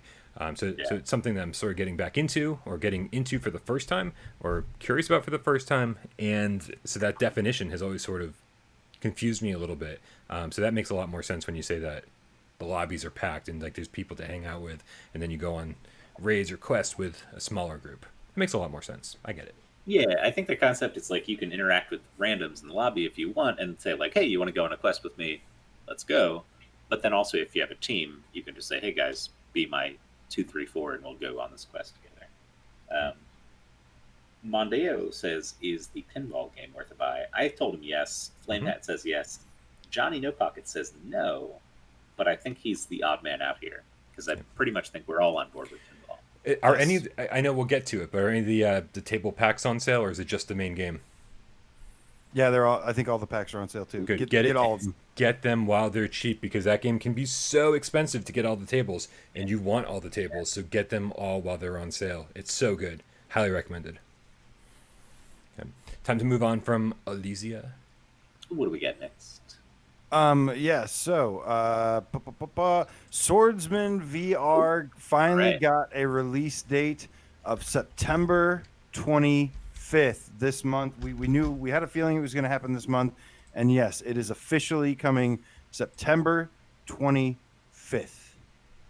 Yeah, right in the middle of the chaos. I love it. Very soon, right in the middle of everything. Like you said, what do we got? We got games coming out the 28th. We got games coming out the 2nd of October. It's going to be packed. But this is one to keep an eye on. I played the beta build on PC last night, and I had a surprising amount of fun with it. I know that you guys know, if you've watched for a while, that anytime Sin Studios comes up, we don't speak highly of them at all. They've made a lot of games that we don't like, or that should never have been released. Warzone, for instance, that game should not be available for sale. No, it should be taken down. Right. So the developer said to me, man, hey, I appreciate your brutal feedback. I appreciate you being honest. I need you to play this game and be brutally honest with me. And funny enough, I had trouble coming up with complaints. I really enjoyed Swordsman Vr way more than I expected to. The physics are really fun. The combat's fun. The weightiness of things, it's not waggly. And then it's also got this surprising level of RPG progression where you upgrade strength and agility and intelligence and all this other stuff as you go through.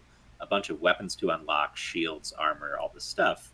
And it's pretty cool. It reminds me kind of For Honor, that Ubisoft game, because the different chapters in the story kind of segment are based on this one's Vikings, this one's knights, this one's samurai, this one's Mongols, right? So it's got that kind of feeling of I could use a katana against a knight, or I could be a knight fighting a samurai, or whatever you want. But I was just impressed overall. I think this is going to be solid for $20. I think people will really get a lot of enjoyment out of this. It's the middle ground between Gorn and Blade and Sorcery, and like all this other shit. Like it does have a kind of an arena feel to the combat, but it feels really good. So that is my 2 cents on Swordsman VR. I'd say get hyped. It's going to be pretty solid, dude. If it's anything like what I played on PC.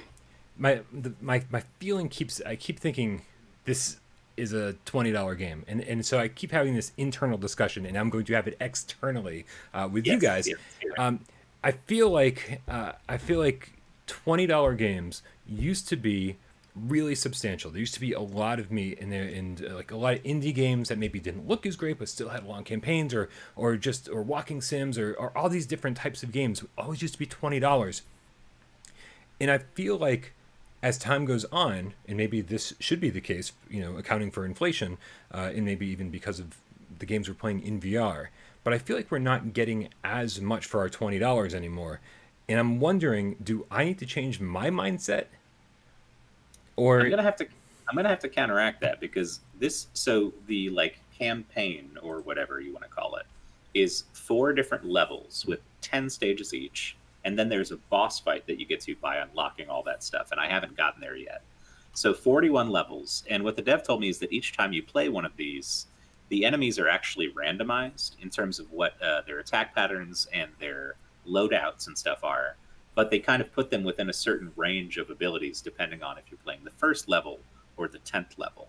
So you're going to get a variety of enemies randomly, but they ramp up in difficulty as you go through each section. And then there's the arena mode, but really there's like the unlockable weapons. I think there's 30 or 40 weapons to unlock. There is an upgradable skill tree, like I said, like RPG style. There's armor to buy, all this other stuff that I think actually makes it a lot deeper than you'd think it is on the surface. And I think this is absolutely a full $20 game. We've gotten $20 games in the past that might seem on the surface more deep than this, but really aren't. And they've put a lot of effort, I think, into the way the combat feels. Like, if you swing a sword at a guy who's got a sword and a shield and all this, you're going to bounce off the shield. You're going to bounce off his sword unless you get it just right. And there's, like, certain moves that when you pull off feel so satisfying. These guys have these armor with eye holes, right? It's like metal armor. And I got my sword in the eye hole and impaled the guy through his eye. That's and I was like, yes! But if you get just a little bit off, it bounces off of his head and it doesn't do anything. So it feels realistic. And the thing that actually blew me away was I was in a close-up fight with a dude, right? And I killed him, but he was in the middle of swinging. And the physics of his arm swinging the sword continued even through death, such that I got hurt by the guy I was killing because I was too close and his arm was still swinging when I got him. That just blew me away. I was like, wow, that level of like thoughtfulness to the physics, that like even if you kill a dude, you still got to worry about where his sword's going when you do it. Yeah. And some of these guys can one hit you, so it's like you got to keep that in mind. It's a lot deeper than I thought it would be. All right, well, I'm glad you answered the part of that was the second part of my question, was going to be like, do you think this is worth $20? Oh, absolutely. Yeah, I would totally say $20. Right, because I'm not doubting that, but it was sort of a side conversation about the depth of games that we've been getting for $20. Okay, not this one specifically, but just like in general, $20 games. Right, and then of course I was going to lead up to the question you just answered, which is perfect. You got that out of the way, and I like it. But now I do have to ask.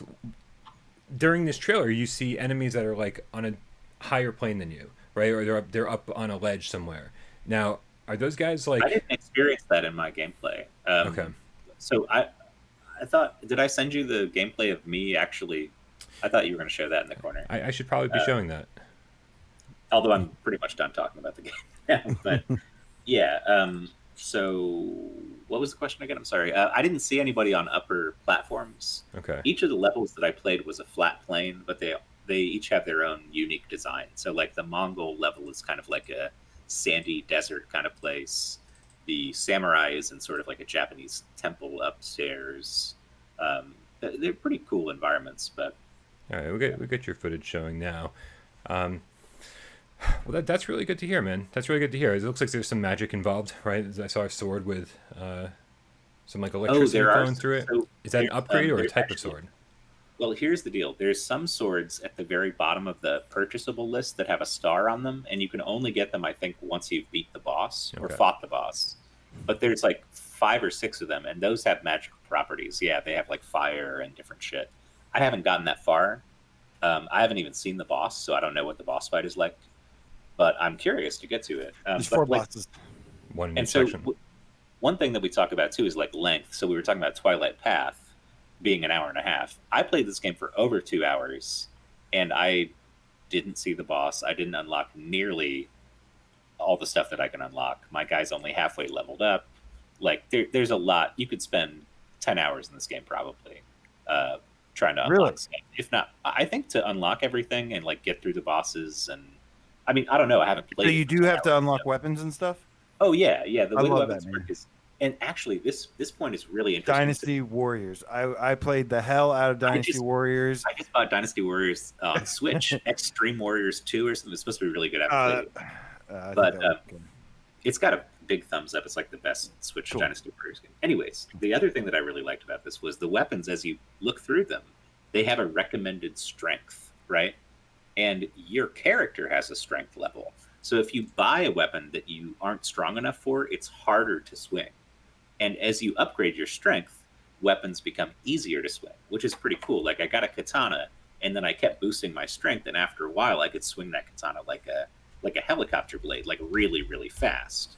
And so I like that progression in that certain weapons sound cool, but you can't wield them yet because you're not strength level 6 or whatever. And if you tried to, it would be really tough. The other thing is the game has 3 settings for physics: light, medium, and heavy. And so like if you want the full-on, most realistic, like this thing is hard to wield and really heavy, you can put the physics on heavy. By default, it's on light, and that's what I played on. But like, I have to imagine swinging a claymore, if you're not over leveled with it on the heavy mode, is going to be like, which I think people will enjoy the realism of. So I wonder if they have some kind of Buster Sword like similar thing. They didn't have anything that looked that big to me. Probably a little bit more on the realistic side. You said a claymore. Claymores are pretty big. The one thing I'll say is that there isn't currently a 2-handed kind of wield thing. Right. If you press the trigger button, the grab button on this hand, it just switches the weapon to the other hand. Okay. So bigger weapons are still wielded with one hand. But I talked to the dev, and that was one of the feedback from our community was, hey, people want to dual grip this thing, like hold it like a big sword and swing it like that. And he said that they are totally working on that. That's on their roadmap. So yeah, should be good. Well, great to hear that your first impressions of this are very good. I was very surprised because you know how I feel about their past games, but we've never given any developer a second chance or third chance like this, and this is like a 4th or 5th chance. But I'm so glad to see that this seems like a winner for them finally. Yeah. I will say that love a good comeback. I'll say that when I'm in touch with Alec Sin over at Sin Studios occasionally, and one of the things, like when he first started talking about this game, and he actually sent me a video of, a really basic physics demo where the characters were just like simple polygons, and but he was showing me how the physics were working. You could tell, this was a year ago, how excited he was about this. And so since then, I've been, there was something special about this, and I could tell, and that's why I tried to stay positive about it, because you can, whenever you talk to a developer, you can usually see through the bullshit, and I didn't think there was any bullshit going on this time around, and I'm really happy to hear Dave's impressions are very positive. So we can't wait to get our hands on it on PSVR. What AAA graphics? What was that game? AAA Half-Life Alyx physics. Yeah.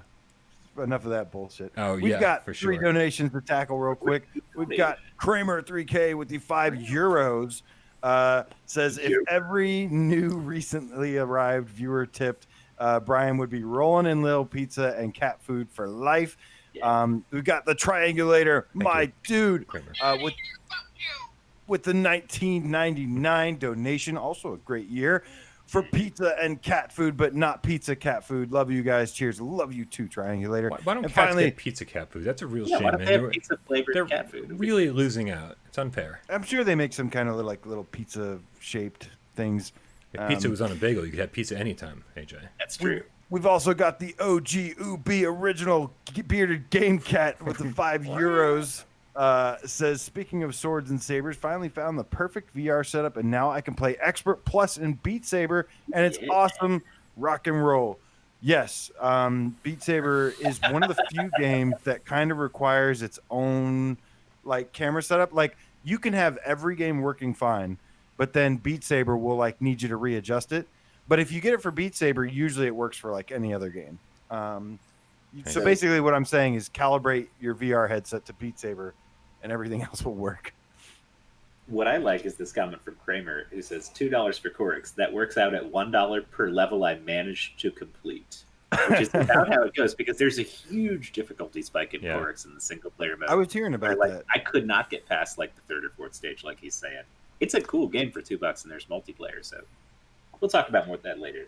Yeah, we're getting close. We're getting close talking about this epic sale. Guys, anything else on Swordsman VR before we move on to the next one? No, but I do want to mention Braxton. Last thing real quick. That you guys will be excited about. And I'm going to post a highlight reel of this on my YouTube, I think. But there's this thing called Chrono Shift. I don't know what they call it. But if you get a good parry, there's a percentage chance that time slows down, right? And if you get kills during that time, the ragdoll effects are so fucking good. Really? You can stab a guy and he dies during that, and then you swing your sword up and knock him up into the air, and he's just flipping around, bouncing off walls. If his sword is hanging in midair, you can swat the sword away in slow time, and it flies off into the distance, and you can see it spinning around. That is fantastic, dude. So people are going to cool. go crazy with that. But also, if you feel like that's too easy and you don't like the slow-mo, you can turn it off. It's an option that you can toggle. People love ragdoll, man. We take ragdoll seriously. Yeah. Oh, last thing I'll say before we go is that the maximum smooth turning speed is actually too fast. How do you like that? Wow. Yeah. We've never experienced that. You to pump it up. I was like, whoa, hold on. I got to slow down a little bit. It's good. Not for motion sickness, but it goes just to for 11. Playability. It does go to 11. Yeah. Nice. Braxton Bryant in the comments says, he says, yo, have you guys noticed that you haven't done a Why We Love on Iron Man? Did you not love it? Has Jeremy played it yet? So real quick, Jeremy is going to play it, but we knew that there was going to be an update, when it first came out, about loading screens, about content, and so we were holding off, and I wanted Jeremy to go in fresh and see what the game is like currently. Sometimes we do Why We Love episodes about brand new games, but we try to give them a little chance to get patched and updated before we say, okay, here's our updated impressions. And we definitely do a lot of episodes about games that we do not love. It's a very, very strangely named show. Why We Love PSVR. Here's a game. It's a 3. Alex the Met with the $2 donation saying, you guys make me feel like I have friends. You guys make me feel like I have friends. So it goes both ways. Sometimes that's what we you go are, both my ways. friend. I think we're You're all friends. stuck with me, man. But especially if you're on the Discord. That's when you're really good friends. For sure. Oh, yeah. Join the Discord. All right. We've got some exciting news. A game that kind of disappeared for a while Brian has now gotten some information on. O-Shape. Has given us an update and said that basically, Brian, why don't you tell us about O-Shape? They've been saying. Let me tell you about searching for the trailer for O-Shape manually. I'm in M's, I'm in N's, I'm in there's O's. But unless it's actually named O-Shape something, it used to be called On-Shape, so there it is right there. Right? Yeah. And so there it is. So talking to the developers today a little bit, and they are gearing today, this day. I don't know. We have too many inside jokes, and they're gearing up for launch, man. They're getting ready to debut this thing on PlayStation VR. It's getting very close. That's all we're gonna say about the release date, but just very close. And on top of that, they're saying it's the most polished version yet, it's the biggest version yet, and it's going to be awesome. And I'm really, really excited. You guys are familiar with this game. I think, Dave, have you played this one or no? Okay. I haven't, but I might now because it's on. I think it's on Quest and PC already, so I could do a preview if we're actually still getting it soon.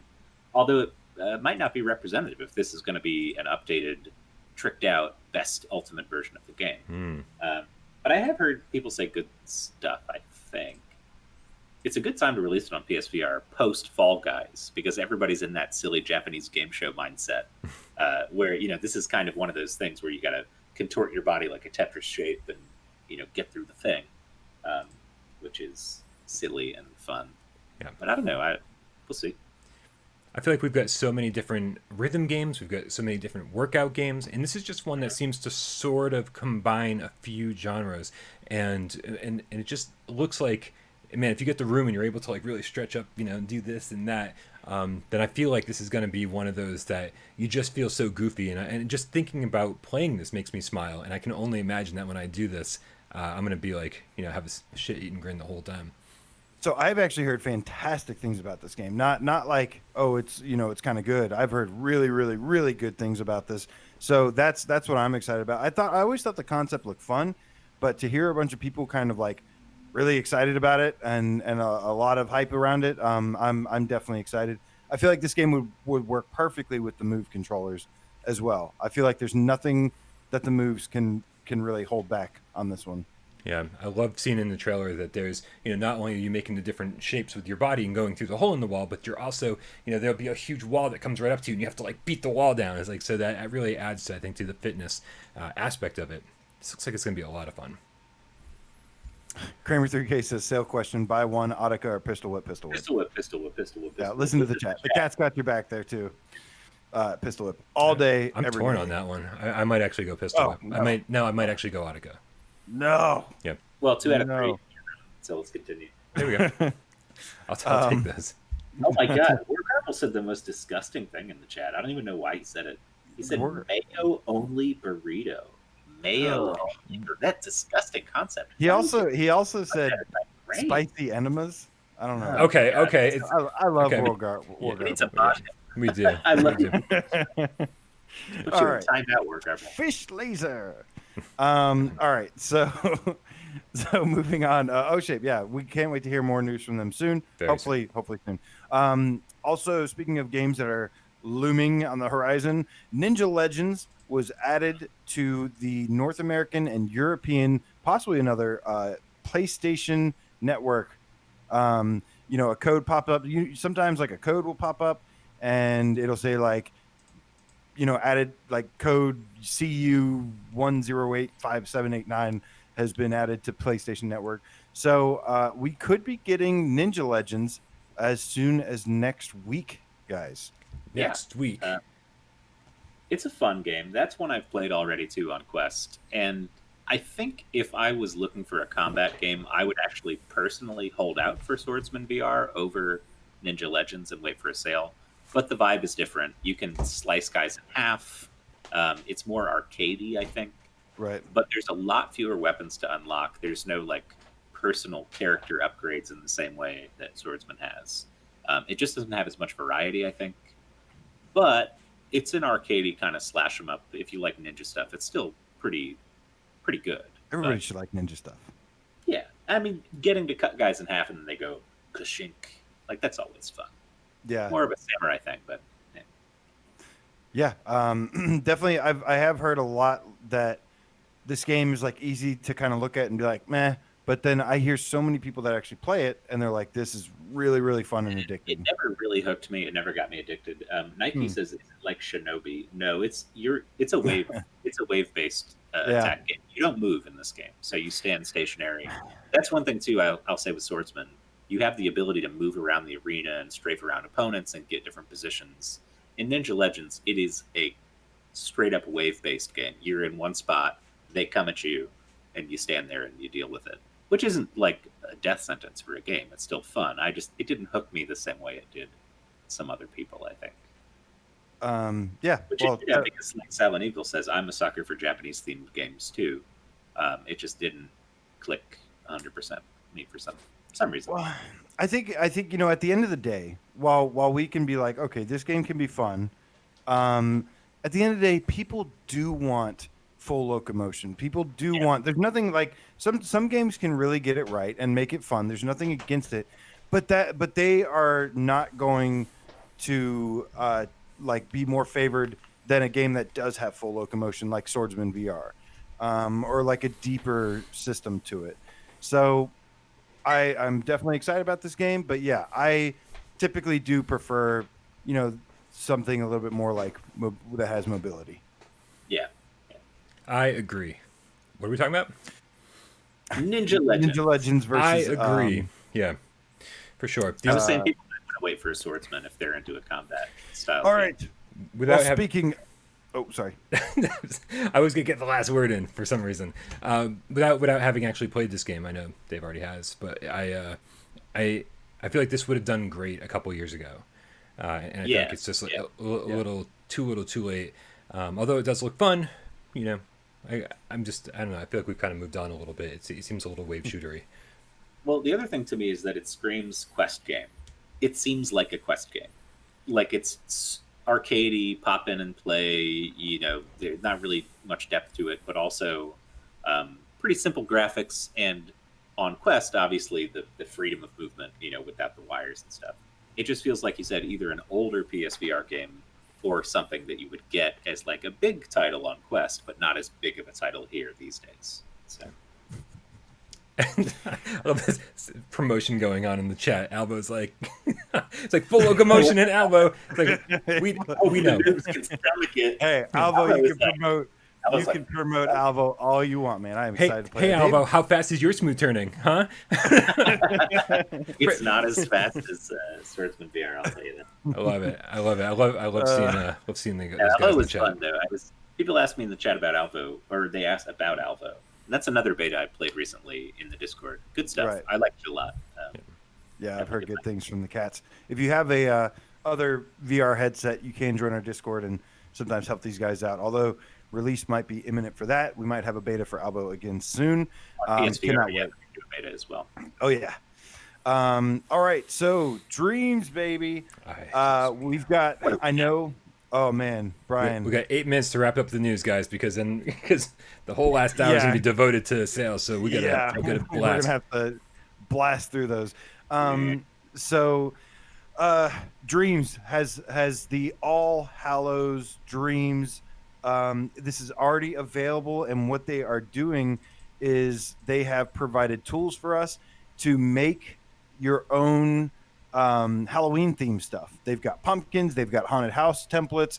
All this stuff is in there for you to mess with, and they're going to, I guess, in October or on Halloween, they're going to feature a lot of these rooms. And I'm trying to find like the official tweet, but I did. Let's see. It says the Dreamiverse is getting spooky for Halloween, announcing our next Dreams PS4 event, All Hallows Dreams. We're going to build the most wonderfully spooky haunted house with the help of the Dreams community.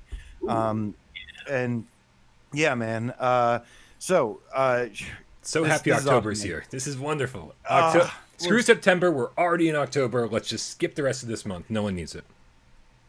Unfortunately, we can't say screw September because September is amazing and October is going to be amazing, starting with Squadrons. However, after Squadrons, we're also going to have Halloween games, scary games on top of it. So I love to see stuff like this. Last year's Halloween was a little weak in terms of like Halloween themed PSVR stuff to do. Was it last year that we started on October 1st with No Way Out, which was like, and then we eventually got Spookies, Jump Scare Mansion. We did get Spookies, which was pretty good. Yeah. If not great. And bring on Folia Dear Father this year. Where are you, dude? Come on, man. Get that port done and get it to PSVR. We need a good Halloween game. Another game I suspect is dead. No, it's not dead, but they are. I'll take that pizza bet. Boy is coming. Ooh, I would take a pizza bet for this year. I would take a pizza bet saying Folia Dear Father's not coming out this year. I'll take that pizza bet. On New Year's Eve, I will buy you or receive a pizza from you. Boom. Nice. I am ready to get a pizza on New Year's. Where's David Moore? He's keeping track of the pizza bets. David Moore. Dave Moore. Write it down, man. We're never going to remember this otherwise. But yeah, I'm really excited. I've been playing a bunch of Dreams still. Dude, Dave, I've got I've got the timer now in Dream Borders. There's the timer up top displayed that when you start the race, the timer goes. I've also got points now displaying as well. When you do grabs, you get points, and then when you do grinds, you get points. Boom, Okay, we're getting there, man. I gotta ask you: is the point scoring for the grabs based on the duration and the spin of the grab, or just if you hold the grab? I don't have the spins yet, but it is for duration. holding the grab, and you cannot. Thanks to Twitch of the Game Cat, by the way. Shout out to Twitch of the Game Cat. You can only grab when you're like jumping. You can't grab on the ground.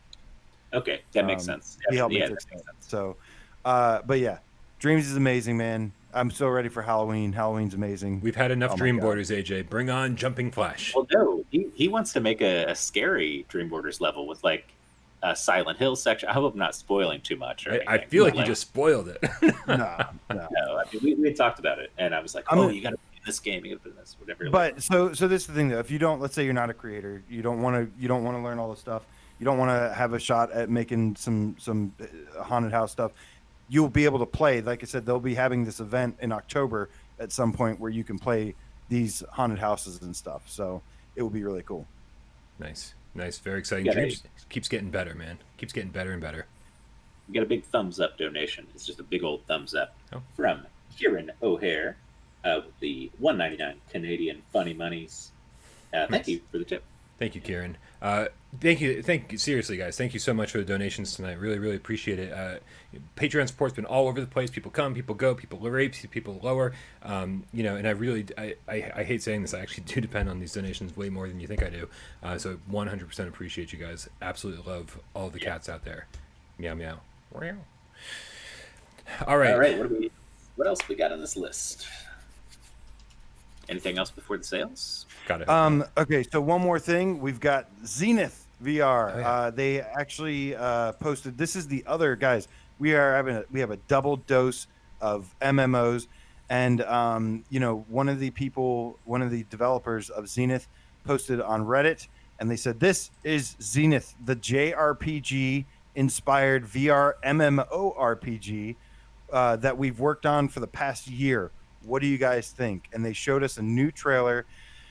I'm really excited about this, man. We talk about, I don't care if it's an MMO or not. Like I've been saying, I want some JRPG inspired stuff, and this looks legit. Elysia looks a little bit more Western style RPG. This is JRPG style. So between these two, I'm like, boom. These are your two RPG MMOs or whatever you want that you need to keep an eye on for the future.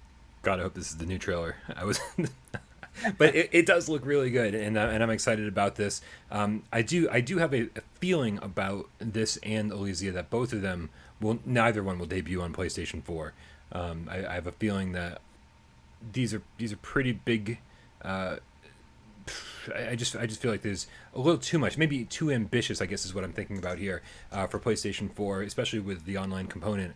And I think that these are going to be PlayStation 5 titles. Maybe, I don't know, where PlayStation VR 2 is going to come into play with that, but these are at least a year out each, and I think that it is scheduled to hit early access in 2021.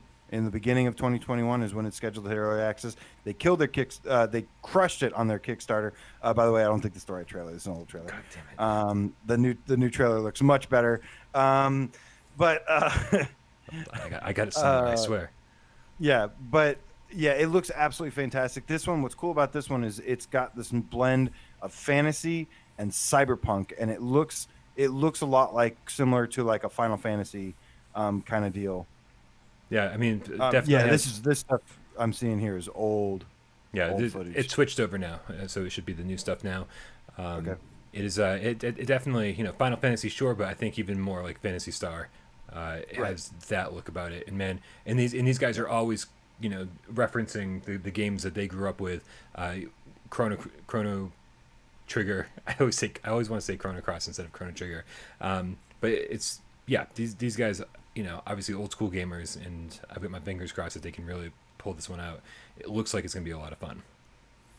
Yes. I'm looking to see now, make sure that this is the newer trailer. It looks like the newer trailer so far. But yeah, I love how both of these have, you know, one thing that makes me really excited about this game is they say, yes, this is the new trailer. They say that I only had two. It was one or the other. I got it. they said we wanted to make the game that we want to play, and that makes me pretty excited because that means that they're taking all the best things about all the games that influence them, and then they're using it to make it. That's why my dreams game, Dream Borders, probably did so much better than some of the other ones, is because it was like a collection of all my memories of what made these snowboarding games great, and I was able to just remember that and put that into the level. This is kind of the similar thing. The combat looks good, but then it's got the VR stuff with the climbing and the visceral looking combat. And I honestly can't tell you which one I'm more excited for. I'm pretty excited for both. I'm excited for this one. This one, they're both, by the way, they both killed it on their Kickstarters. I think this one did better though, in terms of like their Kickstarter. I remember in like a day, they were like 200% funded. Wow. And then there's more to show from the get-go, better concept art and everything. In terms of stretch goals and what they've promised, like, is PSVR listed for both of these games as a stretch goal? Yes. Okay, good. Yeah, and just to clarify, Josh Zosky in the hopefully I said that right in the chat says, "Wait, are there PSVR games planned for PS5 with the old headset?"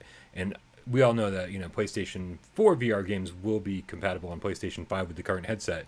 This is one of our pizza bets. Sony has not made it clear whether they are going to make any PlayStation 5 specific games for the current headset. So if we're speaking about it kind of vaguely, it's because no one actually has an answer to that. We're waiting for Sony to come out and say, this is the case. And I've gone back and forth on that numerous times. And I've forgotten what the most recent pizza bets are about this. But yeah, my pizza bet that I would throw down is that Hitman 3 supports PSVR 1 gameplay on PS5. Okay. I think that would be feasible. I think the PS4 version will also support it, but I think that it would be ridiculous to only support VR for the PS4 version of it, not the PS5 version. It would not make any sense. Very curious about all of this. I think that has to be the case. Yeah, see, and I feel like that makes sense. It sounds right to me. Like PlayStation 5, especially when it's the version of the same game, but still, I feel like there's something they're not telling us. You know, whether that be PlayStation VR 2 is coming sooner rather than later, because you can't be making us play PlayStation 4 VR games for a solid year on PlayStation 5 after PlayStation 5 comes out. I don't see that happening. So I've really got my fingers crossed for an earlier launch of PlayStation VR 2 if that's their plan. Anyway, that's a whole separate discussion, and I know we're falling behind on time when it comes to sales. We're 2 minutes over. Yeah. Was that the last news story? All right. Yes, that is the last news. It is time, guys. We have, my God, we have 126 games to go through. God help us all. Like, say your prayers. Holy shit, man. Okay, are you guys ready? So what we're going to be doing is we're going to be going through every game on sale. We're going to give it, we call this PSVR's Got Talent. One day, Brian's going to have a judges table animated, and we're going to give thumbs up, or we're going to give X's, and it's going to go, eh. I like that idea, actually. If we could all press the button. And it's going to start out and be like, dun, glad you guys like that. But yeah, so we can draw X's and O's on pieces of paper and just like hold them up. So we're basically real quick, something that AJ and I discussed ahead of time. We could just kind of like limit the amount of time we spend doing this, right? If something's very obvious, if something's like yes, 100% across the board, we say yes. We have reviews of it. We have why we love episodes. We have gameplay footage. We're going to spend a little time on that as possible. If something's terrible, like Boxing Apocalypse, no, across the board, we'll just move on. Right. It's all the in-between stuff that I feel like warrants more discussion. We're going to discuss for a little bit. Yeah. So we'll try to speed through the obvious yeses and obvious nos. Oh, God. Okay. You guys need to stretch first? You guys ready for practice? This is a practice round. You guys ready? Ace Banana for $5.99. No. That's too expensive. No. Let's just say no. Damn it, Brian. No. Brian. No. You almost it's failed. No. It's no. Next. Oh, man. Okay. So Ace Banana is a no from all three of us. You guys feel free to chime in with your own thumbs up, thumbs down. But because we're going to be moving pretty fast, maybe put the name of the game and then put a thumbs up or thumbs down, so people know, because we want to hear your input too. I love seeing what you guys have to say as well. Totally. A Fisherman's Tale for $7.49. Yeah, thumbs up. It's not. Well, we weren't going to discuss much, but this is one you kind of. I know AJ, you're on the fence. Brian, you seem on the fence. This is middle of the road, but I would still give it a yes. For 750, I think you could do a lot worse. Is it worth it? Is it worth the 749? I would say yes, it's fine. But personally, there's just so many other ones on the list I would recommend before this. I think this game is just it's if it's a yes for me, it's a very like low priority yes. Like this is a strong yes if you already have Ghost Giant and you're not going to buy Ghost Giant in the sale. Otherwise, there are people who love this game who like praise it and say it's one of the best VR. No, they're crazy. They're crazy. It's not nearly as good as those people are claiming. That's all I'm going to say. But it is good. It's okay. It is good though. Chat seems to agree. All right. So Animal Force for 639. No. I don't even remember anything. That game, like, terrible. Like space in my brain. I played it, but I don't. There's no memory of it. Animal Forest? So, yeah. Is that Animal Force? Force. Oh, Force. Oh, wait, how much? 639. Oh my god! I actually have a review of this, and I enjoyed it for 649. Oh my god! Really? Yeah. No. I beat the game, man. It was I had fun. Oh, this game was terrible. Oh god. All right, what's next? Okay, next we have Apex Construct for $4.99. Yes. I'm gonna give this a yes. It's a little slow. Very it can slow. be a little boring at times. There's not a lot of enemy variety, but it has fantastic bow mechanics and a fantastic world. Yes. Apollo 11 for $4.79. I'm gonna pass on that one. It doesn't look that good. It looks it's not that exciting. It suck. Like honestly, they just kind of suck. I don't know. I would have said this would have been cool like a couple years ago, but no, not today. Arca's Path for $7.99. Not even for $1. I hate this game so much. Arca's Path is terrible. Terrible. In every single way. Ooh, this is going to be a made by Rebellion too. What the hell are you guys doing over there? Yeah, and I shouted out Zombie Army 4 at the beginning of the stream, and then we got to talk shit about Arca's Path. Sucks, yeah. It's unfortunate. This one's going to hurt a little bit. Archangel for $17.99. $17.99? Yes. Yeah. Yes. No. Yes. No. I say no too. I love this game. If it's never been cheaper, then it's been $8.99. It was $8.99 like for $9. 100%. Yes. Yeah. If this was like $8.99, I would give 3 thumbs up. 5 thumbs guys, up. it has been $6 on Plus. It has been $6 on Plus multiple times. Yeah, wait for a deep sale on this one. It's fun, but you're only gonna play it once. I can argue with these. I'm sorry. Would you say that this game is worth $20 retail? I think it is. I think it's a polished game with upgrades, a campaign that's not super long but decently long. It's like 3-4 hours long. It's fun, and I think Archangel is awesome. And I think it's definitely a $20 game based on those standards we were talking about earlier for what is a $20 game these days. I think it's a $20 game. But for $17, if you don't already own it and you missed an $8 sale and you think it looks cool, for me, it's a straight thumbs up. This game should not cost more than Astrobot. They don't have control over the pricing. I know, but that's the thing. 2 years ago, I was so excited to see this on sale, and then I saw it for $17.99, and I was like, ah. But here's the thing: when we tell somebody to buy Ace Combat 7 for $17.99, right? I say yes when if they're interested in the non-VR portion, yeah. But nobody's interested in the non-VR portion. Then no. But the experience of Ace Combat 7 is one of my favorite experiences of all time. Also true. Archangel is one of the best rail shooters we've got on PSVR. It's a great game. I'm not totally against this one. Yeah. Like, okay, so maybe you argued me to sideways. Okay, I'll say maybe. I say thumb sideways because it's a great game, but I really liked it because I paid $8.99 for it. Listen, I bought it when it was on sale. Listen, our thumbs up and our thumbs down depend on a lot more things than just is this game worth this much money. It's wait for another sale. You know, like should this be on your priority list? And unfortunately, I don't think that. I feel like it should have launched at $20. I feel like a great sale for this price. Great price for this sale would have been $8 to $12, and so it's just wait. I would say just wait, and that's why it's a no. But I really did enjoy Archangel, so that's my clarification. Agreed. So down. It's 2 versus 1, but look at that. Dave's not wrong. Fractions come into play again. Dave's not wrong. Dave's not wrong. It's a good game. We're gonna be here all night. Arizona Sunshine for $9.99. Yes. The Horde mode is great. Multiplayer is fun. I guess. Yep. I'm not a big fan of this game like everyone else is, apparently. The last time I played it, I had a lot of no. fun. It's a nice zombie shooter, and I'm going to say no. I like it with the aim controller, surprisingly, because I always said I didn't like it with the aim controller that much, and then I also like it with the move controllers. And the horde mode's great. So yeah, $10. I always say anything under 12 is awesome for Arizona Sunshine. So would you get the Arizona Sunshine just regular $9.99 version, or would you get the it's got the deluxe upgrade for $3.99? So would you get the deluxe edition? $13.49. Does the deluxe include the DLC? Yes, then I yes. would think so. Yeah. Okay.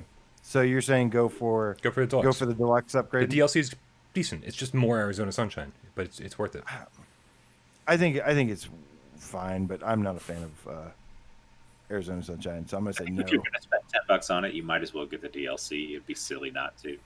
Art Pulse for $3.89. No. Unless you want an easy platinum. I platinumed that game in about 20 minutes. Ooh, that could be my first platinum. Thumbs up for me. I'm gonna get my first platinum, guys. All right. Astrobot Rescue Mission for $7.39. 2 thumbs up. The reason, like this is the thing, is this game is $7.39. This is one of the best PSVR games ever made. One of the best platformers I've ever played in my life. One of the best games I've ever played in my life. For $7.39.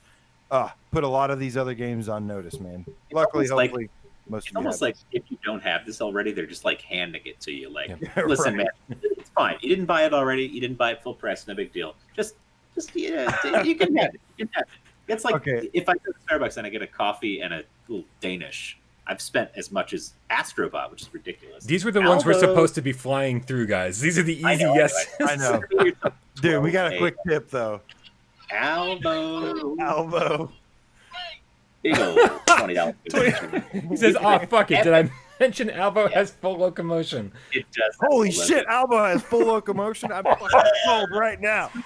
Aim Right support. It's got respawns. Lobby forever. All right, thank you so much for the tip, Albo. We appreciate it, man. We appreciate it. Just put that game right into my veins, and I'll be happy. Absolutely. Firewall fans over to your side is. They will. Next time you tip, don't say loco. Say we've got dedicated servers. There you go. That'll do it. That's gonna get no waiting.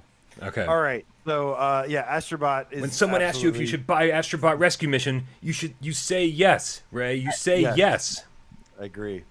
Are you a god? Yes. Okay. I got it, Brian. I got it. AJ, it's a Ghostbusters reference. Oh, okay. Yeah. ATV Drifts and Tricks Definitive Edition for $4.99. Hell no. Fuck this game. No, game sucks. It's also the exact same game as Motor Racer. Don't buy that either. We're also going to say no later. Right. Audica for $19.49. I'm gonna actually have to say no on this. It's a good game, but I'm gonna say no. I'm gonna say yes. Gonna say no. 2 no's and then 1 yes from Brian. I love Audica. I think it's criminally underrated, and criminally underrated by me at launch. And then when I played it more and more and more, I liked it more and more and more. Beat Saber, Pistol Whip, Thumper. I all like these more because Audica to me it's like I said this during my stream. It's by the book a good rhythm game, but it lacks creativity and it lacks fun. It lacks creativity for sure. I don't like the environments. They're boring environments compared to Beat Saber and any other rhythm game. But when you get into it, it's the movement that I like. Let's move on. Audio Beats for $3.99. No, this game's terrible. Terrible. Audio Beats. Was that the drum one, right? The electronic drum one? It's the drum machine. Bad. It's like a virtual drum machine. Bad. It sucked. It was really bad. Okay. Yeah, it's not very good. I almost liked it, but then I was like, nope, this is bad. Nightmarish Carnival song that's super loud, and it only got through like 5 songs, and one of them's like this fucking terrifying Carnival song. I think that's it. Mr. Mondeo 37. I'm going to do another Tornado update soon. Make sure you subscribe to Tornado's YouTube channel. And I promise soon. I've been really, really busy for weeks. Moving on. Next game. Yeah, we don't have time for this. Battlezone Gold Edition for $8.74. Yes. I would say yes. This is a good. fantastic game. Even really best played with multiplayer. So join our Discord. If you don't have anybody to play, add me up. I'll play Battlezone with you. Yeah, Josh Dosky says we're almost through the A's. Oh, also big shout out to Duran Fan VR, the game cat, who put this list together. Thank you so much. You are a god. I almost forgot to mention that. He's amazing. Blindfold, a Verite VR experience for 99 cents. No, this is some stupid propaganda bullshit. Holy shit! I didn't even know. Blood and Truth is $14.79. Absolutely. Blood and Truth $14. Astrobot is $7. Blood and Truth is $14. Good God, what is happening here? I mean, it's no Mortal Bloody Legacy, Zombies. but it'll do. Bloody Zombies is $5.99. I don't like this game. Some people like it. I like it. Either, honestly. I would say just get Rage 4 if you want to play a game like this. I played this game 2 years ago with like Rhodey and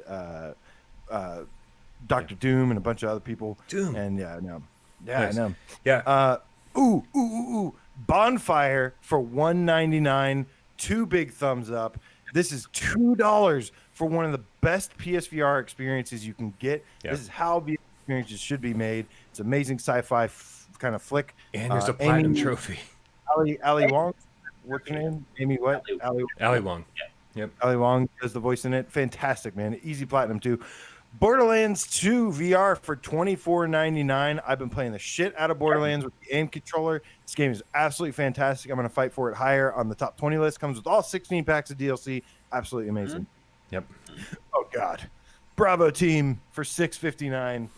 I don't care. Should never be anybody in the world. No, I don't care. Yeah, I don't care if it's $6. Bravo team sucks. Yeah. Just wait for Crisis Brigade 2 to get multiplayer and get that instead. JC on the Discord channel was like, I just want to shoot stuff with my aim controller, and I was like, even for that, it's just no, don't do it. Yeah. No, bad.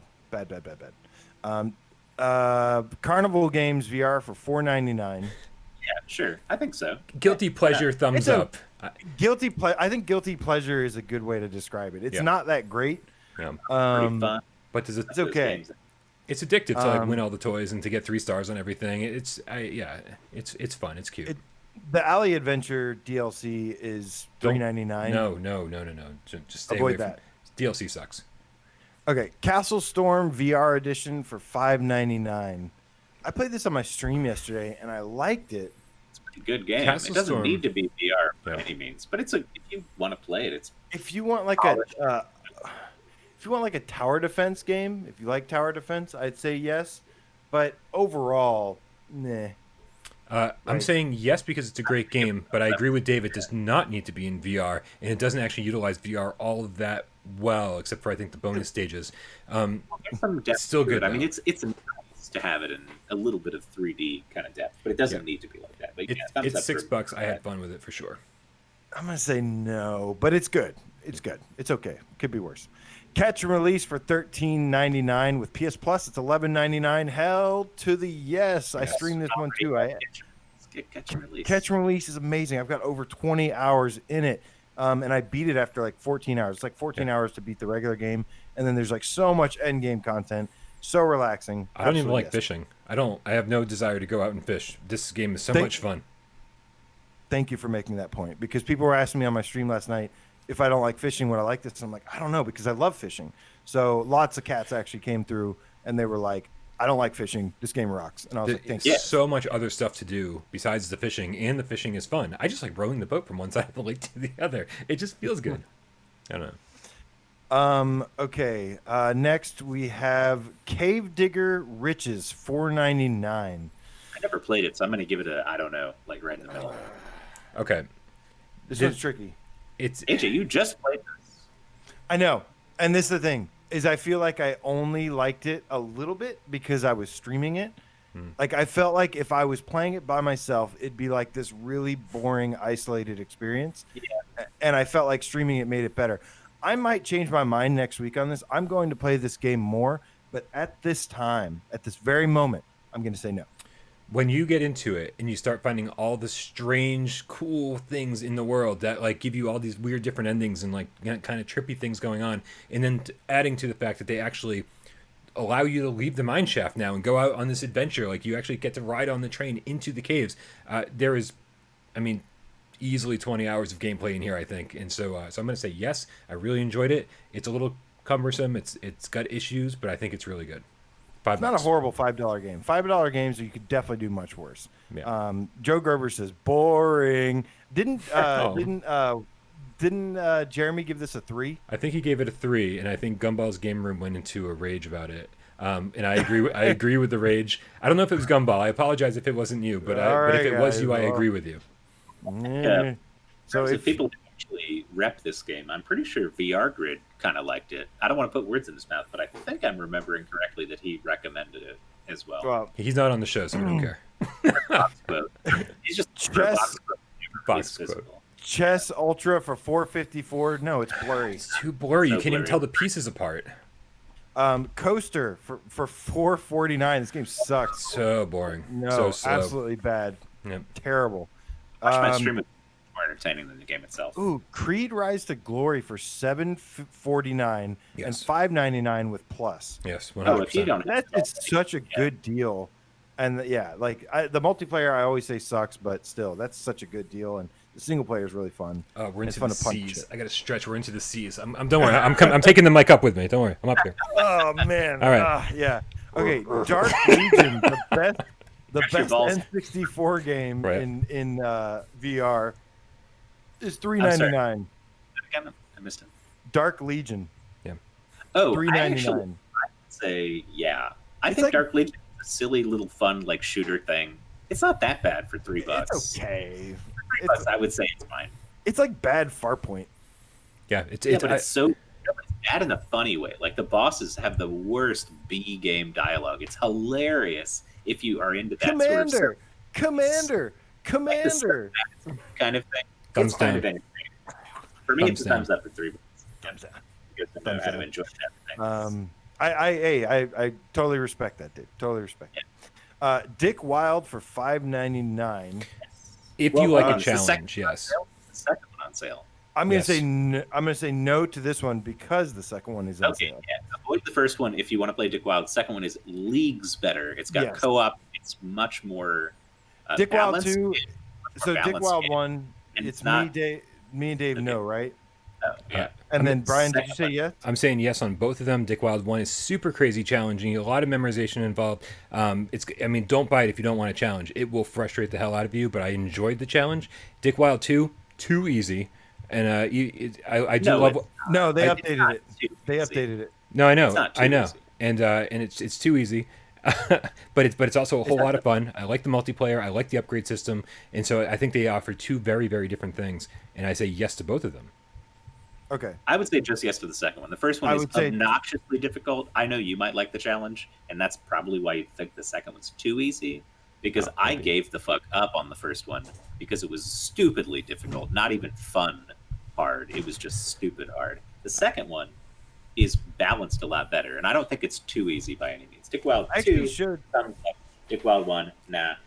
Shout out to Yeah. Scott Jesco, PSN Harry Fellow, the PSVR Game Cat for life, the longest Game Cat name I think we have, but the most informative, with the 10 quid donation, saying, just wanted to say thanks for the shout out on Viewer Takeover. Got 2 new friends for when I finally get to play online. Watch when I get home per usual, plus saved on the VR sale, so you have some money. Thank you very, very right. much, man. And hello to future Scott Jesco, who's watching this later. Yeah, okay. All right. So just to move on, Deracine for $6.59. Yep. This Yeah. is from software. That's from. Where'd it come from? It came from. From software. This is not my cup of tea. I actually found this game to be kind of boring, but it's still a really cool, really unique experience, and it looks gorgeous. And you know, I don't know. There's something about it I like. I need to finish it though. I haven't finished it, which is kind of sad. Yeah, every now and then you get people coming through saying Deracine is like one of their top PSVR games of all time. I think the best. Jay They love Dow it. says It's that. worth the risk. It's worth the risk for Deracine. If you're looking for something different, it's definitely different from anything else we got on PSVR, but it's good. It's a full, polished, lengthy game. It's Yeah. not like 20 hours, but it'll take you a while to get there. Super We're slow really only pace. on- Super slow pace. It'll put you to very possibly put you to sleep like Apex can do. But so Yeah. make sure you're in the right mindset for like a nice meaty slow pace adventure. But yeah, 100%. I love Deracine.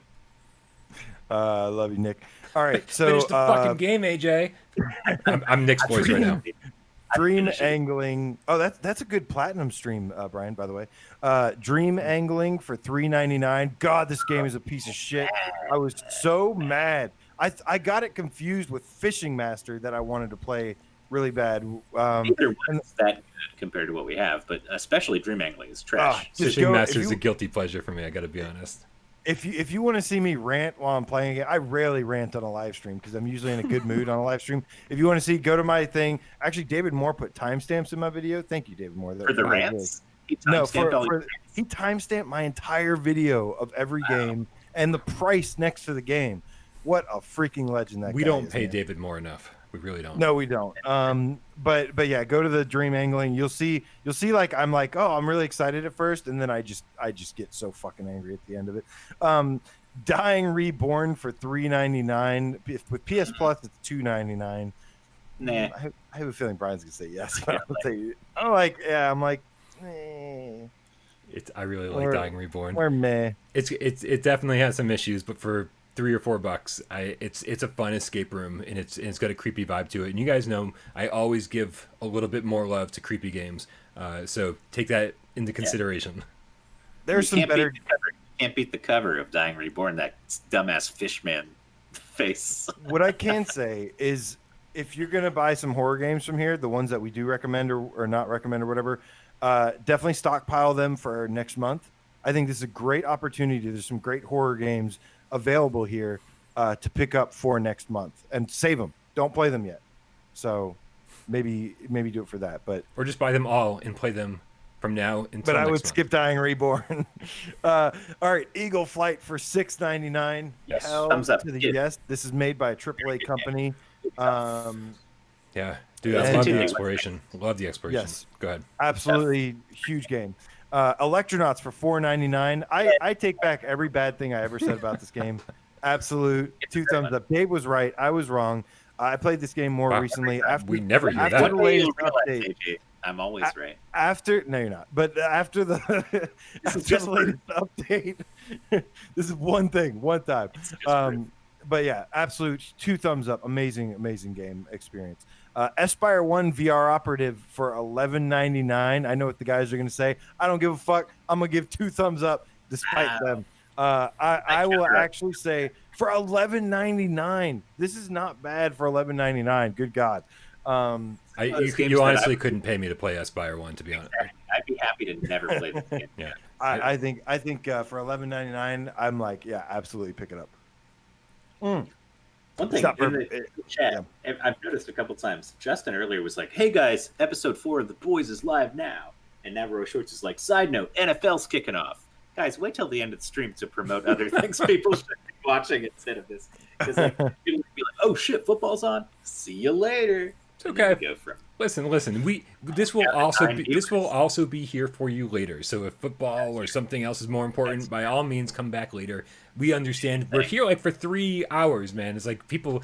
I understand. Yeah. Come and go as you please. Well, that's the thing I say about love. You let them go, and if they come back on their own, that's when you know it's real. Kramer 3K, I fucking love you. That is hilarious. Dave was right. I was wrong. Now that needs to be timestamped.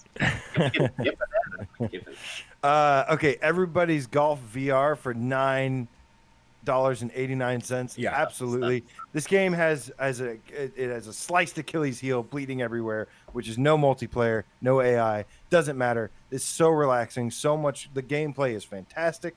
Absolutely yes to Everybody's Golf VR. I'm sorry. Did you come up with sliced Achilles heel, bleeding everywhere on the spot, or did you come up with that ahead of time and when can I use this? If ever I say something that sounds really dumb, I definitely came up with it on the spot. I like that. I like that. I want it to be the cover of my next album. Oh, okay.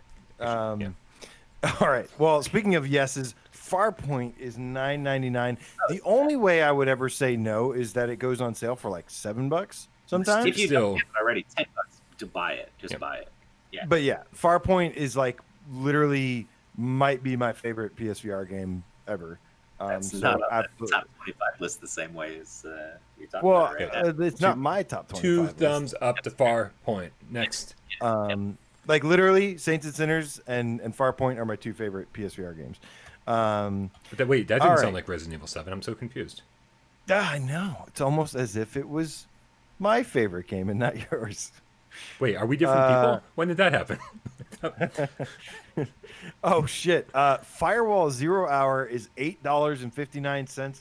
2 thumbs up. Yeah. Firewall is amazing. Also, why didn't you get it when it was free on Plus? What is going on? Yeah, yeah, you should have gotten it with free. But just in case you didn't, $8.59, absolute steal for this game. Totally fantastic game. This sale is too good almost. Like I feel bad for having bought these games for full price. I'm like, wait, you're saying it's $8? Right. This sale is absurd. You're going to spend a lot of money, but man, it's going to be worth it because you're going to be stocked. Like if there was like seriously, and PS5 is coming too. Oh my god, I spent $60. I spent $60. I have like most PSVR games, and I still managed to spend $60 on the sale. That's how good it is. Focus on You for $11.99. Absolutely not. You can pass on that one probably. Brian's going to say thumbs up. I guarantee you. I mean, there were things I liked. There were things I liked about it, and I don't like the $40 price tag, but I don't feel like the price alleviates the problems that the game has. It's true. I mean, only if you know what you're getting into and you're okay with it. Go watch my review first. No, it's. I gotta do a thumbs down. God. Thumbs down. Yeah, all right. That was hard. That was hard. Moving on. Football Nation VR Tournament 2018 for $4.49. I'm gonna say no. Same as the soccer game. It is. It's just a new name for it. Yeah. Unfortunately. Also, what's up? I never got into it, so I'm gonna give it a pass. Yeah. I just think the Also, controls what's are. up, that guy as well. Oh, hey, what's up? Yeah, he says Resident Evil 7, best PlayStation VR game. I concur. Get out of here, Will. I say no on football only because it never felt natural to use the move controllers for my feet, unfortunately. We don't need to explain. But yes, I agree though. I do love Japan, Ghost Giant for $14.99. I'm gonna say yes, man. I'm gonna give some Ghost Giant. Yeah, Ghost Giant needs some love that I've never given it before. Yes, 2 thumbs up. I don't care if it's depressing and sad. Well, I do care. That's why I like it. That's the point. It's $15 is a small price to pay to remind yourself that you still have feelings, guys. That's all I'll say. Because you will cry. You will cry. Gorn for $14.99. And I'm on the middle zone. I'm gonna say yes to this. Yes. Okay. It's okay. I mean, with Swordsman coming out, I feel like I wouldn't need I like Gorn. Swordsman better than Gorn. Wow. Yeah, Swordsman to me is like a I don't know. They're kind of different. They're like kind of different, but I like Gorn for the workout. I gotta be honest. Yeah.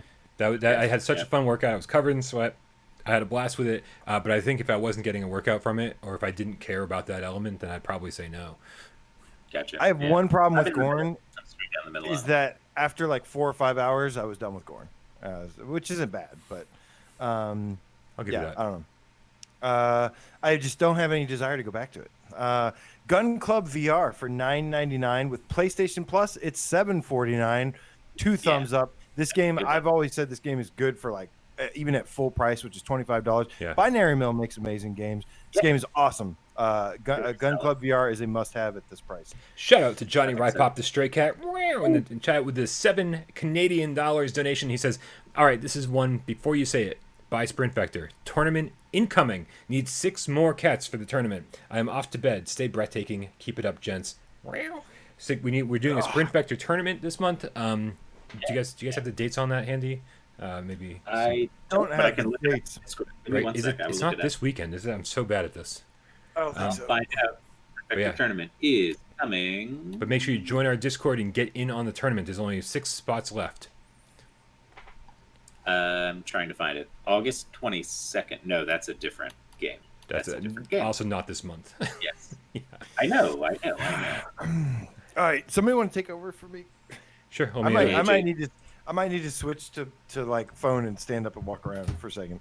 You can just stand up and walk around right there. Take your mic with you. I did it. But yeah, you can do it. Tournament. Somebody take over though. I got it. I'm taking over right now. The tournament will take place on September the 27th. Keep that date in your appointment book. Write it down. Pencil it in. See if you got time. It's also my 6 birthday. slots left. So I guess I won't be. I guess I won't be around for that. Birthday. Yeah. Nice. All right. Cool. What are you doing on your birthday? You got anything planned? I mean, nothing I can talk about on air. Ooh, sexual. I like. Before the Gamescast, Dave is like, "I want to make this as fast as possible." Now we're at the Gamescast. Dave's like, "What are you doing on your birthday?" Shut up. That's a reasonable question to ask somebody. We're in the F's. It's like, or G's. So it's like 3 hours in. Okay. All right, you're on. Somebody take over from Gunjack. Gunjack. How much is it? Where's the list? I need to find the list. In the email. This is how you take over. But I will say, Joe Grover with the effing Game Cat with a $5 donation saying, pops out of nowhere to gather wood and say, The Boys Season 2. Okay, as you were. Move along. This is nice. I like it. Thank you for the donation, Joe Grover. We are on Gunjack. It is $2.24. This game is, it's not great. Not great. It's like a mobile VR game. I don't know. Yeah. It sucks. $2 is hard to pass up for anything, but like, No, it's not that good. the time is more valuable. I hate doing this. God, I don't know. I'm so middle of the road because it's for $2. It was actually. Give it the middle. We'll give it the middle. Yeah, we'll give it the middle. AJ, it tilts towards AJ's as the thumbs down. Yeah, do get Bandit 6 instead, or Bogey 6. Hey AJ, I thought I was taking over because you were leaving. No, go ahead. Keep going. I just need to relax. Okay, Harmonix Music VR $4.49, regular price $14.99. Thumbs down from everybody, I guess. Okay, fine. It's not the worst thing in the world, but yeah. Okay. It's not, If but you there's like so many better things. No, but there is no other music visualizer that exists.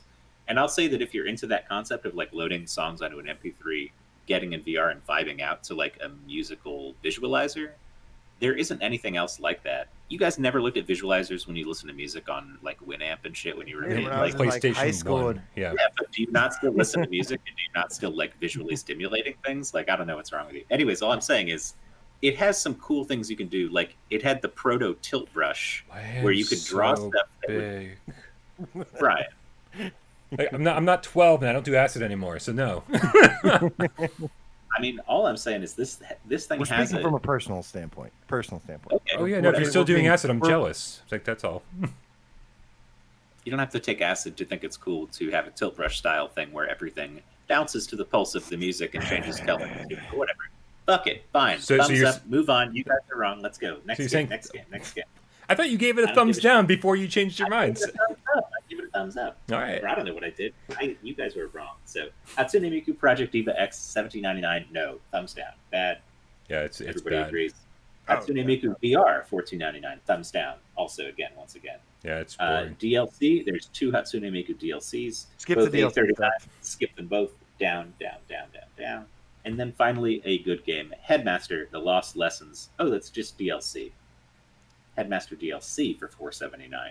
Brian, you're the one who likes Headmaster. I Talk could about be it. right. Let me check on this.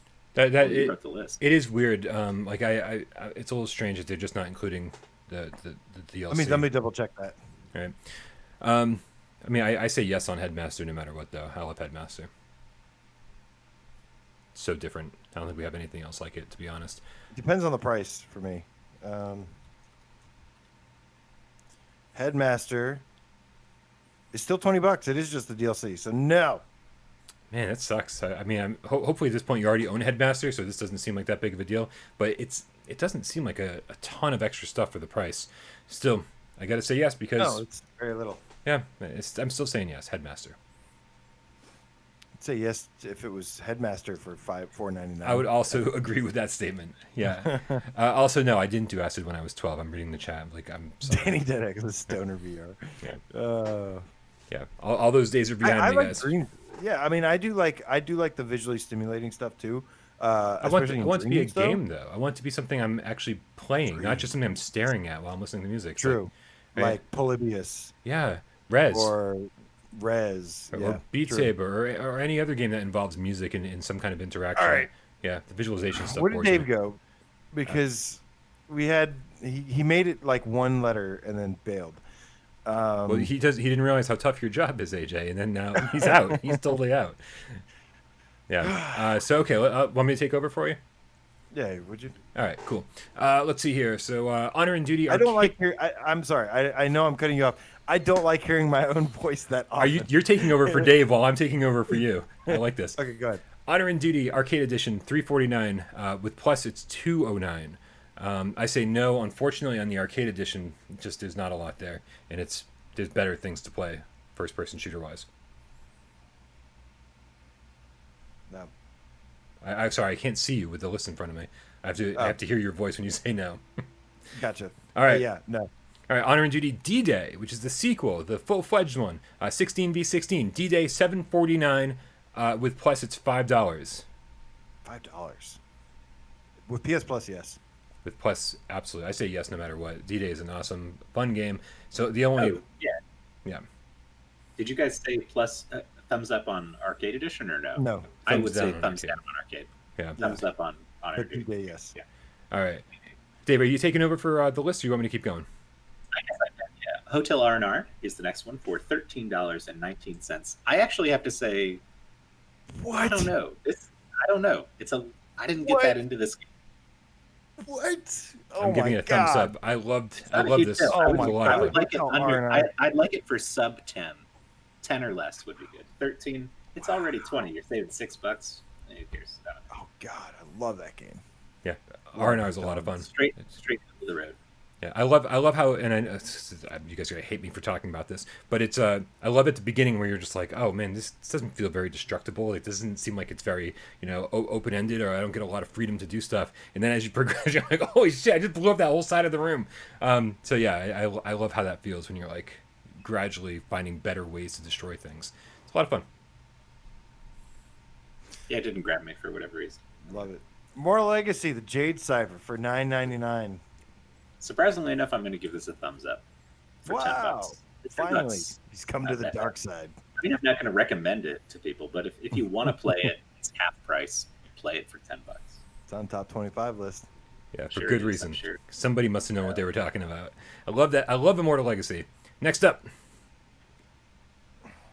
Oh, I guess it's me again. Island Time VR, $7.49. I don't know So if I much can interesting. recommend it for $7.49.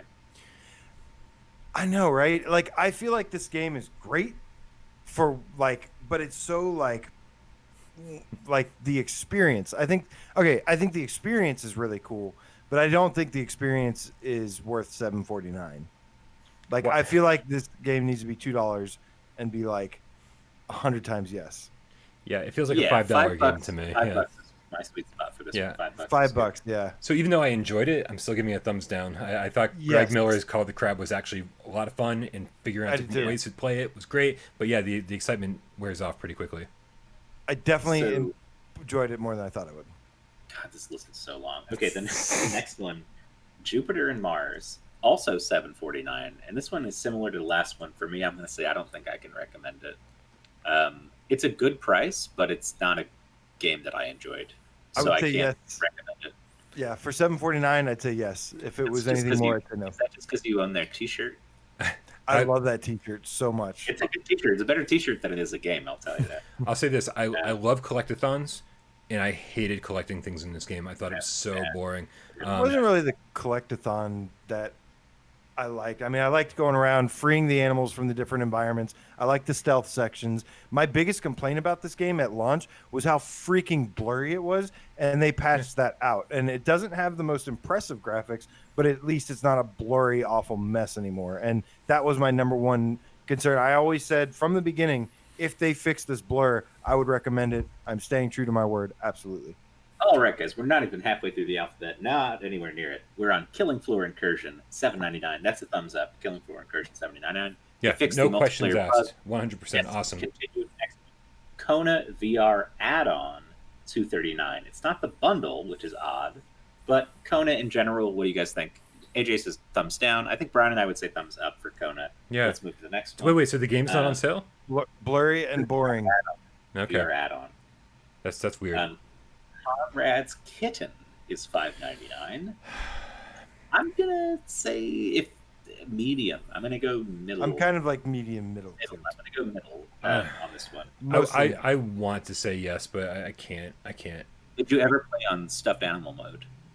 I tried, but it wasn't working quite right. Oh, it worked fine for me. What I did is I took a zip tie and I took my Move controller and I took the neck of it like a little stuffed cat or a teddy bear or something. I just tied it really tight to the neck, and then it was like you pick up the plush stuffed animal and you're playing the game like that. Yeah. It was interesting, to say the least. Then you're slamming the stuffed animal around as if you're holding a cat in your hand. Yeah, it's so exactly weird. Right. It felt kind of weird. It was an interesting concept. I was like, this is so balls to the wall strange that like I'll give you points for that. Yeah, it's a no for me, but I get it. People like it for sure. Next one is going to be easily recommendable. Chorix for $1.99, and the regular price is $19.99. This is like 90% off, guys. And Chorix is a good kind of strategy game if you like it. Single player has huge difficulty spikes, but multiplayer exists and people in the community like it. 4 players. It's so fun. I've heard. I haven't played this enough, so I don't really know. I didn't like my first impressions a whole bunch. It doesn't. Yeah, it doesn't look impressive. That's for sure. Like if you know when you first go into it, you're like, oh man, like one person made this in their bathroom. But then, yeah, the gameplay is so much fun when you get used to it. So I'm expecting to hear updated impressions from you, AJ, next week. Yeah, some of these I will have updated impressions on. All right, next one is going to be L.A. Noire, the VR case files for $14.99. I'll say yes on that one too. That's pretty good. A lot of fun. Lethal VR, $5.24. I'm going to say the fact that we've already recommended Gun Club means you don't need to buy Lethal. Yeah, Gun Club is so much better. It's so much better. Oh, I'm getting texts. Light Tracer for $5.99. I did not like this game one bit. I hated this fucking game. No, people only buy this because it has a physical copy, and that's it. It was a pain to control. Some people actually like it. Polish Paul likes it. For some, can't even understand. It's hard to control. If you get a physical copy, it's a limited run, so you should grab it like if you can. But no, it's not even worth it. Right. Lunar Stone, Origin of Blood, $3.99. Now, the only redeeming factor about this game is the rap song that plays during the credits scene. If you've played this, you'll know what I'm talking about. Oh my god, it's incredibly bad. It's so hilarious. And if you want to see it, just go check out. Like, I have a stream of this where I laugh my ass off over the whole. Lunar Stone is terrible. It's a bad game, but you should one time in your life at least experience the rap song outro credits scene. Don't buy the game. Just go watch that on such a great start to this game. Such a great start to this game when you're like, I was like exploring the room and stuff, and then like you never get to move around again. You're like stuck, right? Forever. Yeah. So bad. Next up is Manifest 99 for $179. That is super cheap. Yes. This is like an experience, not a game, but it's pretty cool. For $1.79, you can't go I bought wrong. it. You know what I haven't played it yet though. For under $2, absolutely. This is a very cool experience. I liked it a lot. Iron Man VR is on sale for $29.99, which is $10 off, and that's already a good. Like it just came out, so to get $10 off this soon is bonkers. Especially with all the updates and everything. Yeah. If you haven't bought it yet, buy it. You get to be Iron Man. They also have the digital deluxe edition for $37.49, which gives you some skins. You don't have to buy the deluxe edition unless you really want to. I don't think so. I'd probably say pass on that. We've also got Mini Motor Racing X, 2 versions. The normal version is $12.49 and the deluxe is $17.49. I don't know what the deluxe gives you, so I can't really speak to that. I want to say yes to this so bad because I love Binary Mill and I think this is a good game, but I'm recommending Binary Mill's other games on sale, so this one I'm going to say no. Of Binary Mill games, this is probably my least favorite. Listen, when they listened to all of our complaints and they gave us an actual real first-person mode, and they get inside the cockpit, and then on top of that, they gave me the RC Pro-Am style racing I wanted if you wanted to play third-person in VR, which wasn't there at launch either. They gave me everything I wanted, so it's hard to say no. I actually think it's really intense in first-person. It's good. I say yes, and in multiplayer, it's a lot of fun, too. It's really fun at first, and then it becomes the most boring grind ever. I didn't mind the tedious grind because all the tracks take some of them take under a minute to complete. You go around the track in 10 seconds sometimes, and so you're flying through the grind, quote unquote, pretty quickly. So even though it takes a long time, you feel like you're making progress very, very quickly. I did not spend enough time with this to have an opinion, so I'm going straight down the middle. It seemed okay. I wouldn't really recommend or not recommend it. So next up is Moss for $14.99. Moss is great at $15. I mean, it's one of the best games we have on PSVR. So yeah, if you don't have it already, do yourself a favor and grab Moss. I think it's thumbs up from everybody. You know what's funny about Moss? Let me say one thing real quick. We have 12 minutes left and we're only on M. I know. But let me just say this real quick. There's a lot of games. Moss clicked something in my switched something in my brain. We talk about all the time that there's these games that you play, you experience, you love, and then a year or two later, you're like, I don't really care about this anymore. That has never been the case with Moss for me. For some reason, I don't know what it is. Even after all this time, Moss still sticks with me, and is absolutely amazing. So in other So I words, just wanted to say thumbs that. up all around. Huge thumbs up. One of my favorite PSVR games. Nice. Hands down. Motor Racer 4 for $10. Ugh. Fuck this game. Fuck this Ugh. game. No.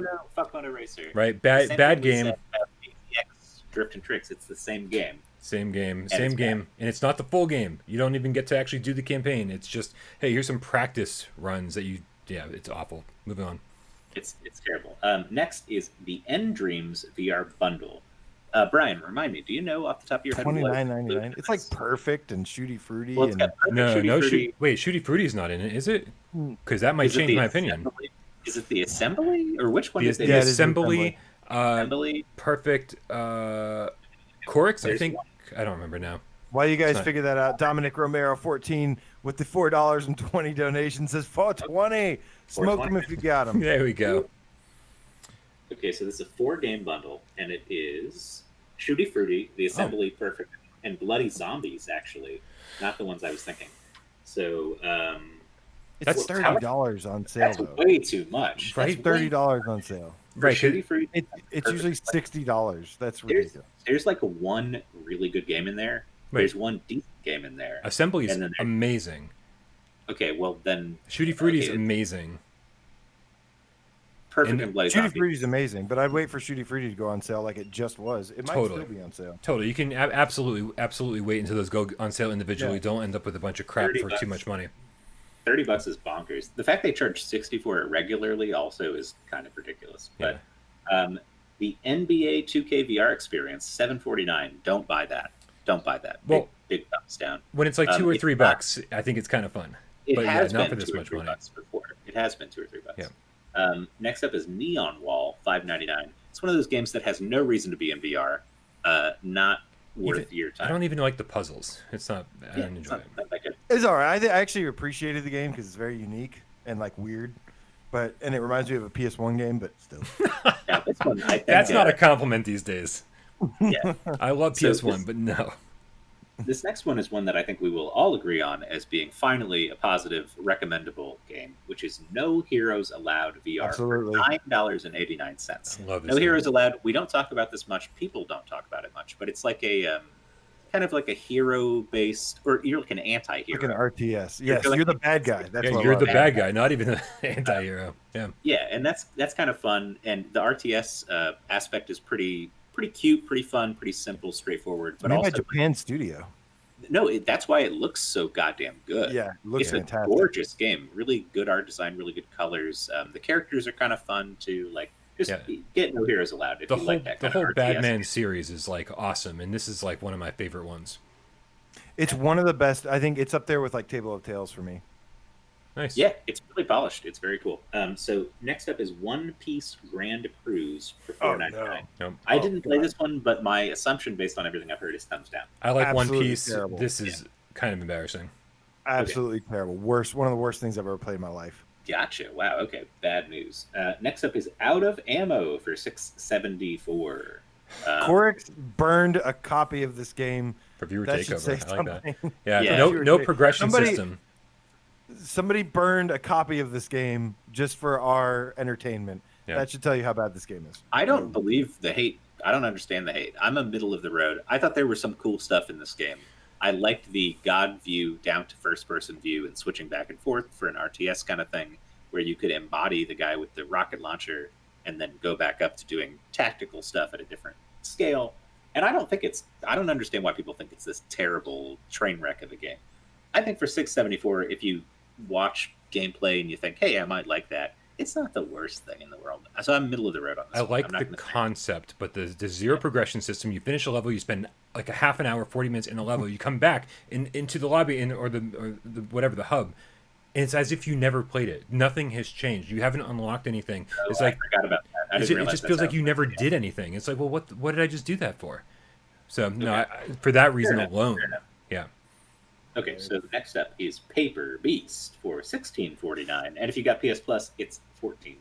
I'm actually going to say yes to this. I'll It's say thumbs more of an experience than a really good game, but it is a cool experience. It's by Eric Chahi. And the sandbox mode is pretty cool. Yeah, this is $15, no brainer for me. Yeah, And I think, I mean, despite being an experience, it is kind of, there's some puzzles, and it's got that sort of gameplay where it doesn't just spell anything out for you. It doesn't prompt on the screen. It says, hey, here's how you do this to solve the puzzle. Like, you just figure it out using the environment.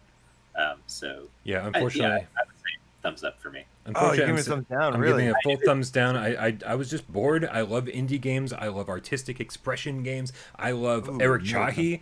I mean, I should like this game. Everything about this says I should like it. But man, I was just like unimpressed after the first half hour. Yeah, I was kind of frustrated with this game, to be honest. But for $15, I'm like, I don't know. Well, I think I know for sure what you're going to say about the next one, and this will be like flipping the last prompt. Paranormal Activity: The Lost Soul for $8.99. Buy this game polished, and don't play it until next month. You were insistent on this. It's a super polished horror game. I'm helping people out, man. What's going to happen when people have go into next month with no horror games? What if we get a horror game next month?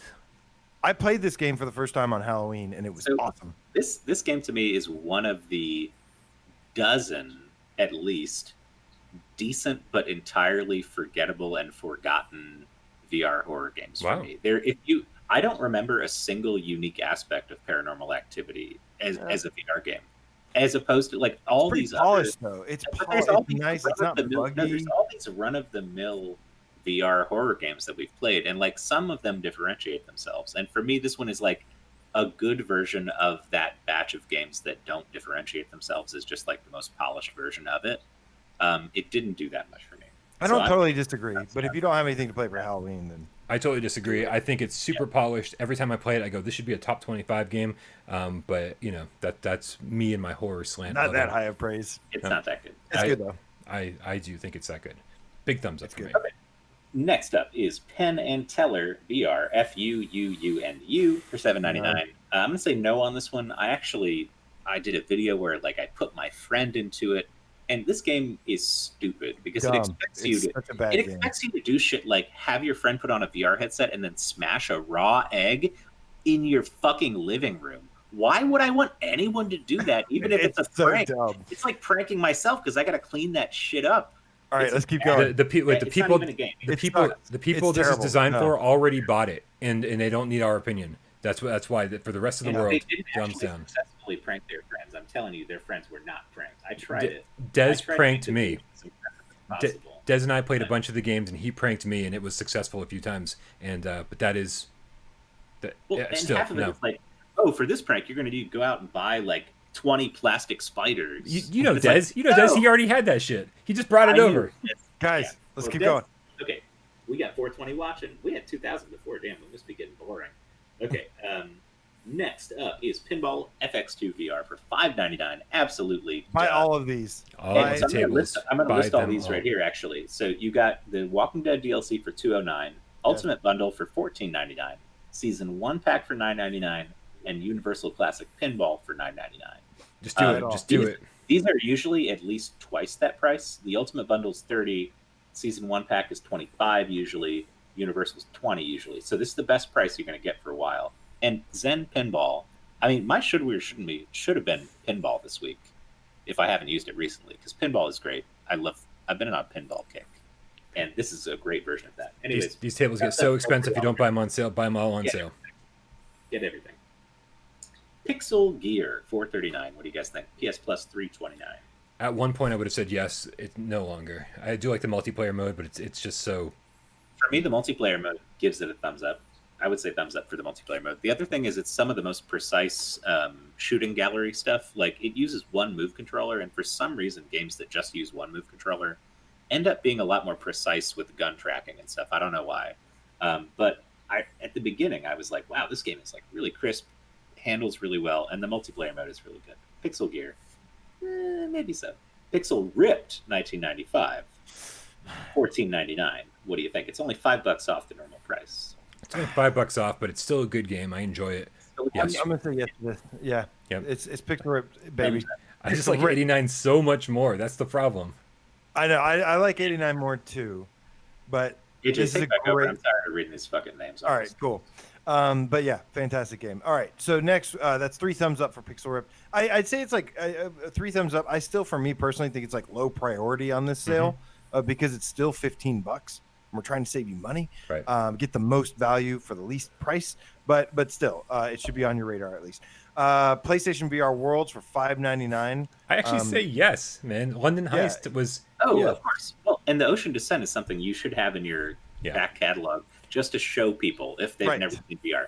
Just like this is London Heist and Ocean Descent are fantastic for showing off people for the first time. You probably already have this game. Prison Boss for $7.99. I haven't played this game. I have no interest in it. I know some people really like it. I have nothing to say. I have no interest in it. I'm gonna give it a yes because of the price. I wouldn't actually pay more than this, but for $7.50, I think it's super charming and it's very cool. But you know, your mileage will vary. Make sure you watch. You're 50 cents off. It's actually $7.99. So for that price, you might want to rethink. So yes. Anyways, Psychonauts. One yes. Psychonauts in the Rhombus of Ruin for $7.99. I'm gonna say no. I like Tim Schafer. Really? Yeah, I did not like this at all. I'm gonna give it a yes. You definitely gotta like point and click adventure games, weird humor. I don't even care about Psychonauts. I liked it anyways. Oh, I've never played a Psychonauts game. Never played a Psychonauts game. I enjoyed this. So so that's 2 yeses, 1 no. I have to step away briefly. I'm getting a delivery. I'll be right back. Okay. Well, Ranch Planet, real quick. No. Ranch Planet's easy no. Yeah, unfortunately. Ranch Planet is absolutely no. Here's a good one. Raw Data is $9.99, and with PS Plus is $7.99. This is a huge thumbs up. Yeah. High priority if you don't have this game already. Awesome game. First, might be a little slow, but once you get more and more stuff unlocked, it gets better and better. Absolute big thumbs up. Let's see if Dave is going to be back. The price has always been the problem. It's always been like $40, and after a while, you're like, man, this doesn't seem like a $40 game anymore. And so now, absolutely $10, really good. I love the story in this. I know that's kind of divisive, but yeah, $10, awesome deal. Okay, so, Cats agree. Riggs Mechanized Combat League for $7.99. This one's tricky. I love this game, but I feel like you should have gotten this game from Plus. Mm-hmm. This is a tricky one because it kind of needs multiplayer too. I'm just not a fan, and I don't mean to say anything negative about the game because the game is super polished. It moves super crazy fluid, but it has too much of a sports angle to it where like I feel like I'm playing a sports game and something in my brain goes, I'm not really having fun with this. So for me, it's a very personal thumbs down, but I think most everybody that plays it is going to really enjoy it, to be honest with you. I'm going to give this a thumbs up. Man, we really need Dave right now. Maybe we should give Dave just a minute or two. What's up, Brian? What's up, Cats? Hi. Most people are saying yes to Raw Data. There are some that say no, but I think I would have said no to Raw Data a long time ago. But they fixed a lot of bugs that I had a problem with, and once they fixed the bugs, I like Raw Data a lot more. Damn. Come on, Dave. Just keep moving. All right. So Riggs, you said no. I said yes. Maybe somebody else can help us out. It seems like the chat likes Riggs overall. Keep moving. Roller Coaster Legends for $1.99. Okay, hold on. Dave's back. Dave, rapid fire. Raw data for $9.99 or $7.99 with Plus. $7.99 is a good price. $9.99, sure, I guess. Yeah, it's usually $40, so yeah, totally go. Okay, Riggs Mechanized Combat League for $7.99. I wish I could recommend Riggs. I just don't think it's that fun. Oh, hey, damn you guys. There you go. I'm surprised to hear. I'm middle of the road on that. Well, it's me and the Cats versus you two. It's a polished game. I just would say I'm not going to play it. So I don't know. Yeah, I like it a lot. Roller Coaster Legends for $1.99. And Roller Coaster Legends 2, Thor's Hammer for $2.99. I'm going to say yes on both of these because of the little roller coastery things you can get on PSVR. These are some of the better ones, and especially the second one. Doesn't it have like a kind of a gamey thing? Yeah, you can shoot targets and stuff. Absolutely. Yeah, and so for this price, like they're pretty decent. I mean, if you love roller coasters and maybe you're not into horror stuff like Rush of Blood, everybody wants to ride a roller coaster in VR, and for $2, it's not that bad. It's not that bad. If at all. Any of them, I don't know. I'm not a fan of these. They're enjoyable. For the price. It's because of the price I'm recommending the first one. Yeah. I just think they're pissing away money. Like I think they're You're spending money. You're gonna play it once, and it lasts like what, a couple minutes, and then you're done. And I just I can't. I've been saying I want these every single month. Like I want, I want, give me a new roller coaster every single month for $5. I'm down. That works for me. Yeah. I would have liked to see Oh My Genesis keep doing that too, where they came out with those cheap levels that were like $2 DLCs. That was a new planet. They stopped really quick, but that was a cool concept. I like that. Yeah. What's next, AJ? We've got Rush VR for $9.99 and PS Plus $8.74. Yeah, huge thumbs up. I played this on my stream. This game is amazing. It's gonna make the next top 25 list. Bet on it. What? Maybe. I'm gonna fight for it. I'm gonna fight. If it's my ride or die, I don't care. It's making the next top 25 list. Okay. It's absolutely amazing. Go watch my gameplay. You'll thumbs see up. Timestamps are there because of good old David Moore. Big thumbs up on Rush VR. We love you, David Moore. We love all of our moderators. This is one that was a huge surprise on the sale. Probably one of the biggest surprises for me. Sacrilith, the Archer's Tale for $9.99. Why is that such a surprise? Well, because I don't know. This game kind of just they released it and then they just went into the void and just never heard from them again. That's how it ends up in the bargain bin. Yeah, I just felt like this was one that was never going to go on sale, and this game I think is awesome, but I don't think it was $20 awesome. I think it is $10 awesome. If you want feel like Legolas and just like go crazy with the archery and stuff, I actually really like this game. It's got a cool like rock and roll, kind of like a Knight's Tale kind of thing with it, where it mixes like hard rock and like old school. I don't know. Shout out to Eliminator in the chat who is giving away keys. I think he just gave away a European key for Rush VR. Thank you so much. It's already been 3 hours, Jason. Stop. Do it another time. We can't do this right now. No. Thank you. I'm actually gonna give Sacrilith a thumbs down. I really enjoyed it one time through, and it's good, man. It's really good, but there's something about it where it's just like, I don't know, man. There's like so much missed potential in that game. I feel like New Game Plus would have saved the day for me, because you keep leveling up your character. The game ends and then you start from scratch and you're like, but what can I want to expand on all the powers that I've been gaining, not start over from scratch. And New Game Plus would have given me so much replayability, and it doesn't have that. So no, thumbs down. I agree. It's not a deep game, but it was I thought it was a challenging experience. It was a lot of fun. It's just something missing. Can we all agree that even though it's not in the sale, the best archery game might be In Death? Yes. Possibly. Yes, I think so. Because In Death is way better than Sacrilith. And I think Sacrilith is better than Quiver.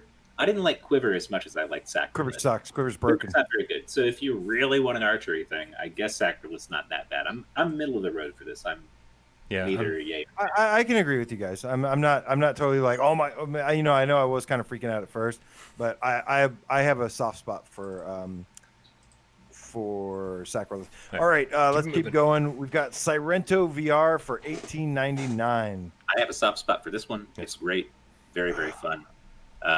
Somebody asked me a question. Let me ask you: raw data or Sirento raw data in a second? Sirento in a second. First of all, it actually has the multiplayer, whereas raw data does not have the multiplayer, which is a big thing. But I just think it's so How much many times more have you played? How much have you played? So much more. I've played it more times than I've ever played raw data multiplayer. I'll tell you that. There is no multiplayer. That's what I'm saying, dude. But the thing is, with Sirento, we talk about VR as fuck. Raw data's kind of VR. It's pretty VR. Sirento's VR as fuck. You can backflip off a wall in full VR. You can slide, run, jump, wall run, like all this really, really innovative stuff. Of locomotion. No other game. I do too. I agree with everything you're saying, but I disagree with the final ruling. I do think because of the difference in the sale price, I would say grab raw data while it's cheap. I feel like Sirento will be cheaper eventually. It just feels like a lot of money to spend during this sale. I don't know. I mean, it is kind of a big ticket item compared to some of these other things, but I think Sirento is so much more satisfying overall. I just like Sirento a lot more. They both kind of have like strengths and weaknesses that the other doesn't have, right? Like Sirento has the amazing locomotion, the cool weapon upgrade system, a better upgrade system, and then raw data has like the cooler story, the better like game layout, and then I don't know. It's crazy. Oh well, I'm sure we can I all think agree. they're honestly both. I'd say both. Get both. And I'd say yes. Yeah. I do wish. Next. Definitely two. Next. Okay. Salaryman Escape for $6.39. Not even for free. Not even for free. One of the worst PSVR games ever. This says Shooty Fruity, but we've already confirmed that Shooty Fruity is not on sale. No. Shuttle Commander for $9.99. Absolute no. Nope. A terrible game. Mm-hmm. Skyworld for $8.99. Yes. I still haven't played that actually. Should I pick it up for? Wow. Yes, it's really enjoyable. I've heard people say really good stuff about it, so I'm gonna go. Good. It sounds good to me. I'm gonna buy it. Okay, this is the thing. It's good. I like No Heroes Allowed a lot more. It just appeals to me more. So maybe it's a personal no. Radically different types of game, though. I Even though they're both strategy, it's very different. Yeah, but I know. But I like. Sassy, funny. This Skyworld is just like an RTS. Like No Heroes Allowed has a specific kind of angle. Yeah, where it's not even. It's much more simplified too. The multiplayer in Skyworld's fun. I haven't played it. I don't know, but I might buy it. I think it's a great game. I like the setup and the design and everything of No Heroes Allowed appeals to me a lot more. But I got nothing against it. I'm still giving it a thumbs down. Sneaky Bears for $2.79. I would actually give this a yes. For $2.79 for under $3. There's so many better games like this. Why Sneaky Bears? Sneaky Bears is not good. I like Sneaky Bears. I think Sneaky Bears was actually decent for $3, only because it's so cheap. Yes, it's a wave shooter. It's a wave shooter. Down. I actually liked it. Space Junkies for $4.99. This one. Yeah. Oh, absolutely. Yeah. Buy this. Fuck yeah. That's a tenth of the launch price. You think anybody's playing it? Yeah. No. GameCast still good. We can get people to play it. Well, the other thing is people will often tell me, "Hey, Dave, stop playing Tony Hawk. Come play Space Junkies." And I'm like, "No, I'm playing Tony Hawk. I don't want to." But there are people still playing in our community regularly, weekly, playing Space Junkies. And it's so much fun. It's a really, really good game. So if you like that Unreal Tournament style, $5, shoot 'em up gameplay, team deathmatch, free for all those classic kind of modes, gun game, all that stuff, it's really cool. There's a lot to it. People are playing it, I'd say. People are playing it, dude. $5. And also, how many people are going to play it if everyone buys it for $5? Right. A lot of people. Join our Discord. All right. We'll get some games happening. Moving on. Yeah. All right. Spark for $9.99. Another similar situation. I agree with it's a similar situation, except I find it's so much easier to get a Spark game going. You literally just need one other person, and that is, and so you'll never have a hard time finding a game. There's always one person in the world to be like, please, hey, anybody want to play Spark? Usually somebody's like, okay, I'll play Spark, and if there's not, I'll play Spark with you. $10 is great. Was trying to play Spark and kept saying on his stream, I don't think I can find anybody in the world to play with, even though I only need one person. Did you try? Yeah. Well, somebody. Oh, you didn't try. Okay. Yeah. Moving on. Yes. Sports Bar VR for $6.99. That's a middle of the road for me. It was okay back in the day. It's got some. It was okay years ago. And it does have multiplayer. Like if you want to shoot the shit with some friends in a sports bar and fuck around, it's not the worst thing in the world. We have better stuff to hang out in now, like Rec Room. Yeah. Before Rec Room, I'd say yes, but it's post Rec Room. Sprint Vector for $7.49. This is a hell to the yes for me. Absolutely. Yeah, we're having Sprint Vector this month. Amazing. So buy it, get good. Get Bride ready. Pop donated earlier, said this. Yes, you can play this. This game has single player stuff. It's got multiplayer stuff. It's got challenges. Forget the multiplayer stuff. It's got plenty of single player stuff. $7.49. It's amazing. It is a physical game though, so maybe if you are not into that. But other than that, I still love this game. Awesome it's game. Like Jet Set Radio in VR. It feels like a kart racer. Spuds Unearthed for $5.99. No. I can't even tell you. I'm just saying no though, because when I tried to play it, it was busted. It was broken. Yeah. And I haven't gone back to it since. Yeah, it kind of sucks. It had the right idea, but it just got boring really fast. Star Trek Bridge Crew $7.49. Make it so. 100%. Yes, Bridge Crew is awesome. Might be a little bit harder. That's another multiplayer one that you need to maybe get with us with. However, please invite me to play Star Trek Bridge Crew. So much fun. I just finished. Hard in that game. I've got one episode left in Star Trek Next Generation. One episode left. Oh, the finale's so good. I'm so jealous. Nice. Okay. Nice. I might watch it tonight then. Stifled for $4.99. I have this and I've never played it. I'm going to say yes because of the price. I think it's an interesting take on the horror genre. It's not super scary, but for $5, I say play through it. It's worth $5. Super Hot Wait, VR for did Dave weigh in on that one? Dave, Stifled, $4.99. Okay. I didn't play it. I don't care. Gotcha. Yeah, for people that might just be listening, make sure you say something. I'm trying to make a no, I got sidetracked. I got sidetracked for the chat. I was looking at other stuff. No worries.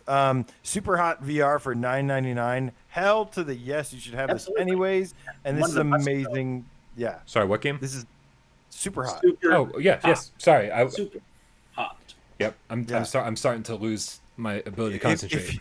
If you don't get Super Hot, I know, man. Me too. So if you don't get Super Hot for $9.99, Nick Milo will find you. Super Stardust Ultra VR for $4.99. I played this yesterday. I was not impressed. Yeah, it's not that good. I love Housemarque, but it's not that good. Yeah, get the regular HD Super Stardust, not VR. It's a fantastic game. The first person stuff is very short lived. Don't waste your time or money. Well, they've also made better 2D games since then. I would say probably Resogun and Nex Machina are better than Interesting. Super All right. Stardust. Tale of the Fragmented Star. No! Single fragment version. I'm gonna say no, and Rypop's totally gonna make me play this on Saturday. Kill himself if you make him and I don't like this. It's one of the worst games I've ever played. Watch my review if you're even tempted. Don't do it. Tetris Effect for $19.99. Let me just tell you, if you want, the campaign is fantastic. Mm-hmm. I did play through it on Expert. There's every single weekend there's a ritual that goes on every Saturday, and if you need a relaxing game to play, Tetris Effect, awesome, great relaxation game. Yeah, it's funny. Brian, take over. Brian was giving me trouble for being some kind of psychedelic stoner something for liking some other game earlier, but this is the perfect game for people who like that type of shit. I'll tell you that. When you like to play a game, when you watch cool things. Not even. I just having a stressful day, like when a lot of shit was going down in the world and I was feeling really bad, I played Tetris Effect. It made me feel so much better. It's my favorite version of Tetris I've ever played. It's got the Mizuguchi spin on it, of course, and then also keep in mind a free update is coming next year with multiplayer for this game. So it's so far away. Yeah, I know it's far away. But the thing is, you'll already have it in your library for half price. Yep. So like when that happens, you'll have already got it on sale. So The American Dream for $8. No. Terrible that humor gets old so fast. Everybody freaking asks me about this game. It's always no. It's totally fucked up the tone of the game. It's like, I don't like it at all. I agree with their sentiment. I just hate the way they delivered it. Yeah. Next up, the Assembly for $12. That is, for me, 2 big thumbs up. I think the Assembly is awesome. I love this. I bought it. I haven't played it yet. I still haven't played it, so I can't say. I'll have to get back to you. Stunning visuals. Puzzles are fun. Just an awesome story. That's not on sale anymore. That's not on sale anymore. No, it's not on sale anymore. Oh, okay. Well, scratch that from the list. Yeah, scratch that. These are all, by the way, these are supposedly all the North American releases. It varies from region to region, so if it's not on sale in your region, then sorry, we apologize. It's nothing we can do about that. Curious Tale of Stolen Pest. Sorry, go ahead, please. Curious Tale of Stolen Pest for $6. I'm going to say yes because it's a cute little fun not hide and seek, but little exploration. $6. Yes. I'm going to be the asshole here. It's adorable. No. But it's so cute. I'm going to be straight in the middle. It's cute. I did not care one bit about playing it. Oh. It looks great. It's cute. It's delightful. I just, gameplay-wise, it didn't hook me for any amount of time. I think 15 is too much. Short game. 15 is too much. I mean, if you want to buy the game anyways, get it for $6. Yeah. That's why I'm saying middle of the road here. I'm at 2. The Idolmaster Cinderella Girls Viewing Revolution is $5. No. Same with the Illusionist. Next. Next Illusionist. The Impatient. The Inpatient for $10. This is going to be tough, but I'm going to say I'm going to say yes. I don't like a lot of the things it does. I think the branching story or the branching dialogue is garbage. They should have just made one 3.5-hour game instead of a 2-hour game that you have to play over and over and over and over to see everything. But still, for $10. Yeah, it's got some good scares. I like it. If you need something for Halloween, again, if you need something for October, $10 for Impatient. It's 2 hours long, and you pretty much never play it again. But it's decent. It's a creepy 2-hour movie. Never play it again. Yeah, creepy 2-hour movie for I played it 4 2 hours. times. Nah. But if you need something for October, absolutely. So yes. Next up, The Mage's Tale for $9.89. It's actually a good price. I think I'll say yeah for that. I think I'm I'll gonna say say yeah. no still. It's usually. I love that. That's actually a really good price. I'm gonna say fuck that game. But here's the problem. Those puzzles The, suck, man. the Those second puzzles. half of the game is like boring and so drawn out and just Yeah. bad. But I actually like the first half of the game Well, enough, and it so you makes get a 4 great hours first out of it. impression. You get Here's like the some thing. good 4 hours of it before it sucks. And so I say yes because for $10, those 4 hours are kind of fun. Just give up when it And starts to suck. Here's what I'll say. A lot of people are like that. Like, I'm not the only guy who finishes half a game and then ends up playing some other game and not going back to it. That's what I did with Mage's Tale. So I have a positive impression because I didn't get through the slog at the end of the game that you guys always talk about how tedious it gets. Shout out So to I always say, like, if you're going to play half of it, totally buy it. Shout out to Danny Dreadhack with the $5 donation saying there are 2 things I know for sure. 1, Chewbacca is real, and 2, Tetris Effect is great while on drugs. I love you. That was, I'll have to take your word Great. for it, Cheech. thank you so much for that. God. Mage's Tale or The Wizards? I would either? Mage's Tale better than the Wizards. How about none? Skip them both, Can we not unfortunately. play either one? But the Wizards isn't on sale, so. Yeah, I don't know. Next up is Theseus for $2.99. Nope. $2.99. This Nope. is the sweet spot. Yes, I this is think the I'm this gonna is the say- price. Yes, I'm going $3. to say $3, again. Brian. $3. Come Nope. on, man. $3 is Nope. the perfect price for Theseus. 3 would be the perfect price for Theseus. It's an amazing $3 game. It's a Amazing. It's a good $3 game. It's a decent $3. It's a Okay, decent. It's so if you guys playable don't know what $3 Theseus game. is, if you want a kind of like mostly gameplay free knockoff of like God of War or something. Right. This is like what you're getting, or like Tomb Raider, or like I don't know. It's just like an exploratory adventure, but there's not really much mechanically going on. But it looks okay. It's a $3 game. It's a $3 game. I'm going to switch from a It is- middle of the road to a thumbs up. If this is your vibe, if you want something Guys. like this, look at the trailer. It's not that bad. All right. For like years, for the year we've been doing this or whatever, this game has been $5. I was like, no, wait. And $2 later, now that it's $3, Now it's now time. is the time to strike. Now Brian, is what are the you time. holding in your hand? What is that Pokeball? But it's like low Pokemon. priority. Low priority. The show put us on a Pokeball. Okay, next. Walking Dead Saints So- and Sinners Standard Edition is $30 and the Tourist Edition is $37.50. Yeah, it's 25% off. Thumbs up. Great, one of the best games on PSVR. Buy 5 copies of this game. No, that's not helping anybody. No, it's not a huge sale, but it's a new game and you'll definitely get your money's worth. It is awesome and so much fun. Next, Tilt Brush for $15, regular $20. Unfortunately, no. Dreams is out and you I'm can gonna actually say do no stuff for with that. your creations. We're not getting into this. Yeah, we're not getting into this. Hey, well, guys, we're Not not an argument. rehashing this argument. We've I'm not already gotten having an into argument. this. All I'm No. saying is a different tool set. That's all I'm going to say. I'm going to say I would give it a thumbs up if you know what it is and that's what you want to do.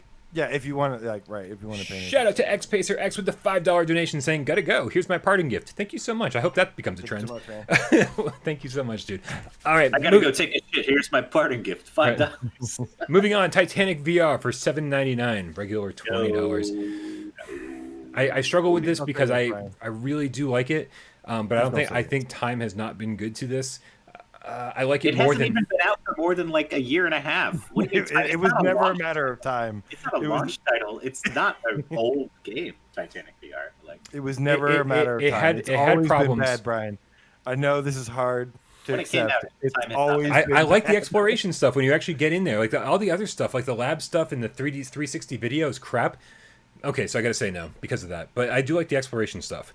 Next up, Torn for $15. no. I've never played it. I have it. I've had it since launch and never played it. From everything I've heard, no. It's one of those games, like you said earlier, that starts out pretty decent, and then by Really the end, good. you're like, "Fuck this game." Yeah, I But think it starts off I have so heard good. so many people rage about this I game. think the good stuff isn't $15 good. It's $10 good. This is a $10 game for me. I would say yes for $10. Where are we? We're in the tees. Yeah, under. There's only like a dozen I know. games Don't worry. Yeah, we got to wrap this up soon. I got somewhere to be. left. 90%. Okay, so Torn, I'm gonna say thumbs down because yeah, for like $7 or $8, I guess you could see past all the issues, but for 15, I'm like no. Transference for $5, regular price $25. Absolutely 1,000 thumbs This up. is Dave's Yeah. like bread and Oh, butter. Seriously. And it's only So- Yeah, it's only $5. Wonderful price. It's only a couple hours long, but it's fantastic, It's super so worth polished. it. By the way, get Transference, get the Walter test case demo, which isn't a and demo, then really. save them both for October. That's a good point. And one thing that you guys should know about the demo, it has nothing to do with what you get in the game. Not a demo. So it's actually a separate standalone, like 30-minute. So get that anyway, even if you don't buy Transference. Yeah. All right. Next up. Next, go. Yeah. Sorry, Trover Saves the Universe for $18. Regular price $25. Not a huge discount, but still an amazing game. Thumbs up. Once, yeah. We all love Trevor around here. All right. V-Robot or Vrobot for $6. Regular price $15. They have the audacity to charge $15? I think we need to implement a new symbol here. Oh yeah, I'm sorry. Don't worry. I'll get back to him. Yeah. Fuck this. Right. Tumble Fuck VR for Robot. $5. I haven't played it yet. I have it though. I actually Hasn't really it enjoy. been like 99 cents though. I think I got it for like $1. I don't know. I didn't pay $5 for this, but I have it. I don't know. Willard with the PHP 125. I don't know what PHP is. I'm sorry. Saying I don't know what to buy from the sale, so I have roughly about $2.50. Roughly $2.50 for me. That's almost one Theseus. Thank you so much for the almost $2.50 donation. I really appreciate it, Willard. So we've actually never gotten one of those before, but PHP is Philippine peso. They use pesos in Philippines. Interesting fact. I didn't know that. I didn't expect to learn something today. It's cool to get like these. We get the Sekiros and the North Korean kroners and all this. Thumbs up for Tumble VR. I actually really enjoy this puzzle game. It's just kind of like stacking things and trying to make this thing like a Chat seems to agree. What's Jenga? Jenga. It's like sort of like Jenga. It's good Jenga ideas. You build a Jenga and hope it doesn't It's like fall. the columns of Jenga. $5. I say thumbs up. I'm going to call it maybe. I think it's been cheaper. I don't think I liked it enough to be like, yeah, you got to get this game. So I'm like middle of the road. AJ, did we get anything from you? Until Dawn. I haven't played it. Okay, Rush of Blood, $5.24. Regular oh my God, $15. you should have had this. You should have had this the day you got your PSVR. Wasn't this also a Plus game for free? No. I don't care. I'd buy it again. Yeah. Actually, but if you don't have it, you must have it. I have this. I have this game on physical disc. I have it on Plus. I will have it again, and again. One of the best PSVR games ever made. Yep. V-Robot. Sorry, I jumped around a little bit here. VR Ping Pong, $6. This is like the really blocky Minecraft background looking one. It is terrible. Absolutely terrible. Yeah. No. I mean, Minecraft is coming, so yeah. But Racket Fury made every other ping pong game irrelevant, unfortunately. VR Ping Pong Pro, which has much better looking environments, but the physics are so bad. $10. I can't believe Also they're charging. blurry. Blurry as hell. Horrible, almost unplayable. No. I can't believe some people are actually good at this. Like you had one job, and that was to make the ping pong good. And The ping physics pong is bad. Yeah, that's the number one thing you need to do is get the physics right. I love this. Two sides of the chat. That guy's Will says the GameCast is an educational show. Gemini says they're Mexicans in the Philippines. Excellent. We got the whole spectrum here. What the hell? Walter the Wizard Extended Edition for $5. Regular price $10. What do we think? I'm gonna say yes. But if you want an experience, yes. Yeah. But it's a very weak yes. Very, very weak yes. I'll say it's a weak yes as well. I'm with you. You'll get $5 of fun out of it, I think. Yeah. So yeah, probably it's a weak yes, but yeah. Oh God, Weeping Doll for $4 or $3 on Plus. Regular price is $10. I'm gonna say no. Absolutely not, Brian. I can't believe I enjoyed this, Brian. but because Stop I know that everyone will hate me if I say yes, and they'll say, "Why did you recommend They're this?" coming for you, Brian. Sirens on my end. I'm gonna say no, Thank God. but there was something about it that I liked. It was really creepy. Oh my God! The next one is Werewolves Within for $3.99. Hell Incredible yeah. price. Must-own game. You That's guys have awesome. to have Werewolves Within. Yeah, And definitely. also, you got to get ready because they're making a movie out of it. And join our gotta be Discord so that you'll have cool game cats to play against. It's a thumbs up. Yes. Wolfenstein Cyberpilot for $10. It's the Guys, last this is one. the last one. Last one. We made it. Thank you so much. Wolfenstein Cyberpilot can suck it. There were things about it I liked. I'm going to give it a thumbs down. However, this should be like Yes. $5 game. You get about $5 worth of fun out of it, if that. That is it. That is it, guys. All right, This is I'm going to introduce a new segment, which is a should we or shouldn't we at the end of the show. and I'm going to say we shouldn't have done that. That took so goddamn long. Dude, that was... I'm going to say we should have done it faster. Yeah, Yeah, oh God. we Thank you guys for sticking around. I'm so sorry we do this to you guys. I'm sorry we do this to each other. Yeah. I don't care about myself. I care about them. I want a free pizza. Right on. I think it's pizza time for everybody. What do you think? Yeah, it feels like it. Awesome, guys. Thank you so very much for hanging out. This was an extra long cast. Donatello the Scientist Game Cat in the chat with a Ninja Slice $9.99 donation saying, phew, got through it in less than 7 hours. Great job. Great job. I tried to put him away from the microphone. Never ended. Great job, guys. Now go buy some games. Games. Man. Excellent. Thank you so much, Donatello. Thank you, everybody who hung out and watched. Thank you to everybody who was participated in the chat and gave their thumbs up and thumbs down, their opinions on all these games. Thank you to all of the moderators out there. All of you guys are doing God's work for us, making life way easier for me and Dave and AJ than we have the right to expect. So thank you guys so very much. And of course, thank you to everybody who donated and everybody out there who sat back, didn't say a word, and just enjoyed the show. Because I used to be one of you. I love you all. We love you all. Make sure you subscribe to Dave over at Dave Station VR. Make sure you subscribe to AJ over at The Underground, PSVR Underground. My name is Brian Paul. This is PSVR GamesCast. And we're out. We're dipping out fast because I want to say goodbye to OB3D. Guys, can we believe we freaking made it through that? Oh my God. I can't believe we made it. Crazy. We even got a little bit of banter in there. Mr. Game Cat Carnaveral, Momentai, Good night, hard to get, Russ, Christofari, Flame Hat, the Game Cat, Dark Slade's Diaries. Do not go to Dark Slade's Diaries on YouTube. Whatever you do, no promoting. Don't buy his hats or T-shirts. Go watch all of his videos and like them. Silent Evil 999, Delirium True VR, my dude Steve IRE, Scallywag the Buccaneer, Game Cat, Gemini, Matt Marjanovic, Secrets of Geisel, Fist Bump to you, the Triangulator. Thank you so much, man. VR Grid, definitely don't go to Ryan over at the VR Grid either. He definitely doesn't do VR reviews and other things. And don't subscribe to that guy as well. VR, who is here as well. Meow Meow the Gamer Cat, Just Incredible VR, Donatello the Scientist Game Cat, Fastman Ninja Slice, Nike Alexandria the Game Cat, Angel Kempa, hello, welcome, you're too late, we're leaving. Good to see you still. Charlie Roche. Hey, AJ, let me slide this in here before we go.